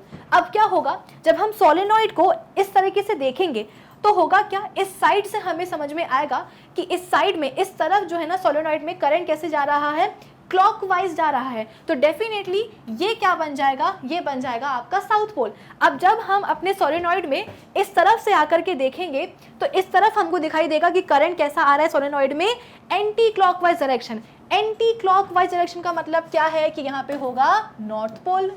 Clock face rule के अकॉर्डिंग हमने क्या सीखा था कि जब करंट बहता है क्लॉकवाइज डायरेक्शन में तो वो हो जाता है साउथ पोल, जब करंट बहता है एंटी क्लॉकवाइज डायरेक्शन में तो वो क्या जाता है, नॉर्थ पोल हो जाता है। तो हमने यहाँ पे सोलेनॉइड बनाया, हमने उसको बैटरी से कनेक्ट किया। जब हम अपने सोलेनॉइड को इस तरफ से देख रहे हैं तो हमें दिख रहा है कि इस तरफ से करंट उसमें कैसा जा रहा है, क्लॉकवाइज डायरेक्शन में। इसका मतलब क्या, ये होगा साउथ पोल। और जब हम वहां जाकर के देखेंगे तो हमें समझ में आएगा कि करंट कैसा जा रहा है, एंटी क्लॉकवाइज डायरेक्शन, तो वो डेफिनेटली क्या हो जाएगा, नॉर्थ पोल। इस चीज़ को मैंने बहुत अच्छी तरीके से प्रीवियस लेक्चर्स में मैंने एक्सप्लेन किया है। जिस बच्चे का ये चीज़ छूटा है वो जाकर के प्लेलिस्ट में जाकर के वीडियो जाकर के देख सकता है, चेक कर सकता है, ठीक है।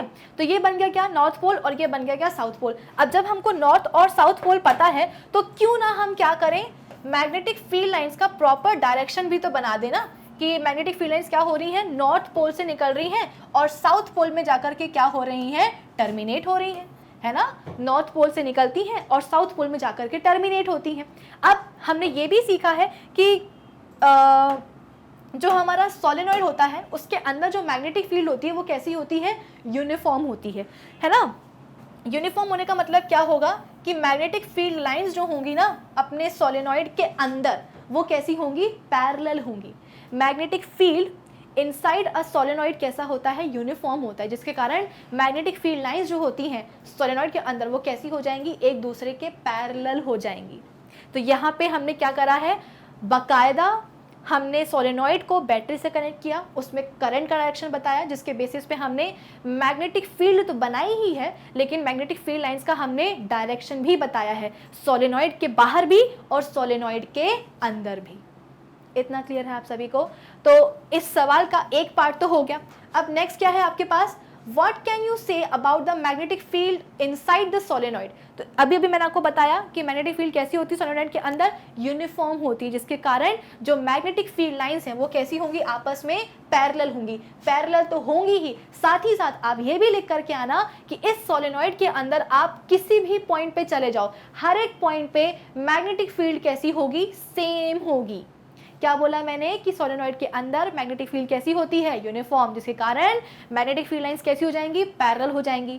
और सोलेनॉइड के अंदर हर एक पॉइंट पे जो मैग्नेटिक फील्ड होती है वो कैसी हो जाती है, सेम हो जाती है। हर एक पॉइंट पे आपको मैग्नेटिक फील्ड कैसी मिलेगी, इस सोलेनॉइड के अंदर सेम मिलेगी, ठीक है। तो ये आपको लिख के आना पड़ेगा क्योंकि सवाल में पूछा गया है। फिर क्या पूछा गया है कि how can a solenoid be used to form an electromagnet. एक इलेक्ट्रोमैग्नेट को बनाने के लिए सोलेनॉइड का हम कैसे यूज कर सकते हैं, ये भी एकदम बच्चों वाला सवाल है। कैसे भाई, इस सोलेनॉइड के अंदर आप क्या घुसा दो, एक सॉफ्ट आयरन कोर घुसा दो, तो होगा क्या, खुद तो इलेक्ट्रोमैग्नेट बन ही चुका है। क्यों? क्योंकि इसके अंदर क्या हो रहा है, करंट फ्लो हो रहा है। तो इसके कारण क्या होगा, इंडक्शन प्रोड्यूस होगा और इस इंडक्शन के कारण जो आप इस सोलेनॉइड के अंदर सॉफ्ट आयरन कोर घुसाओगे ना वो भी मैग्नेटाइज हो जाएगा। मैग्नेटाइज होने का मतलब क्या है कि वो भी बन जाएगा क्या, एक इलेक्ट्रोमैग्नेट। और अगर इलेक्ट्रोमैग्नेट बन गया इसका मतलब क्या कि उसकी मैग्नेटिक फील्ड क्या हो जाएगी, इंक्रीज हो जाएगी।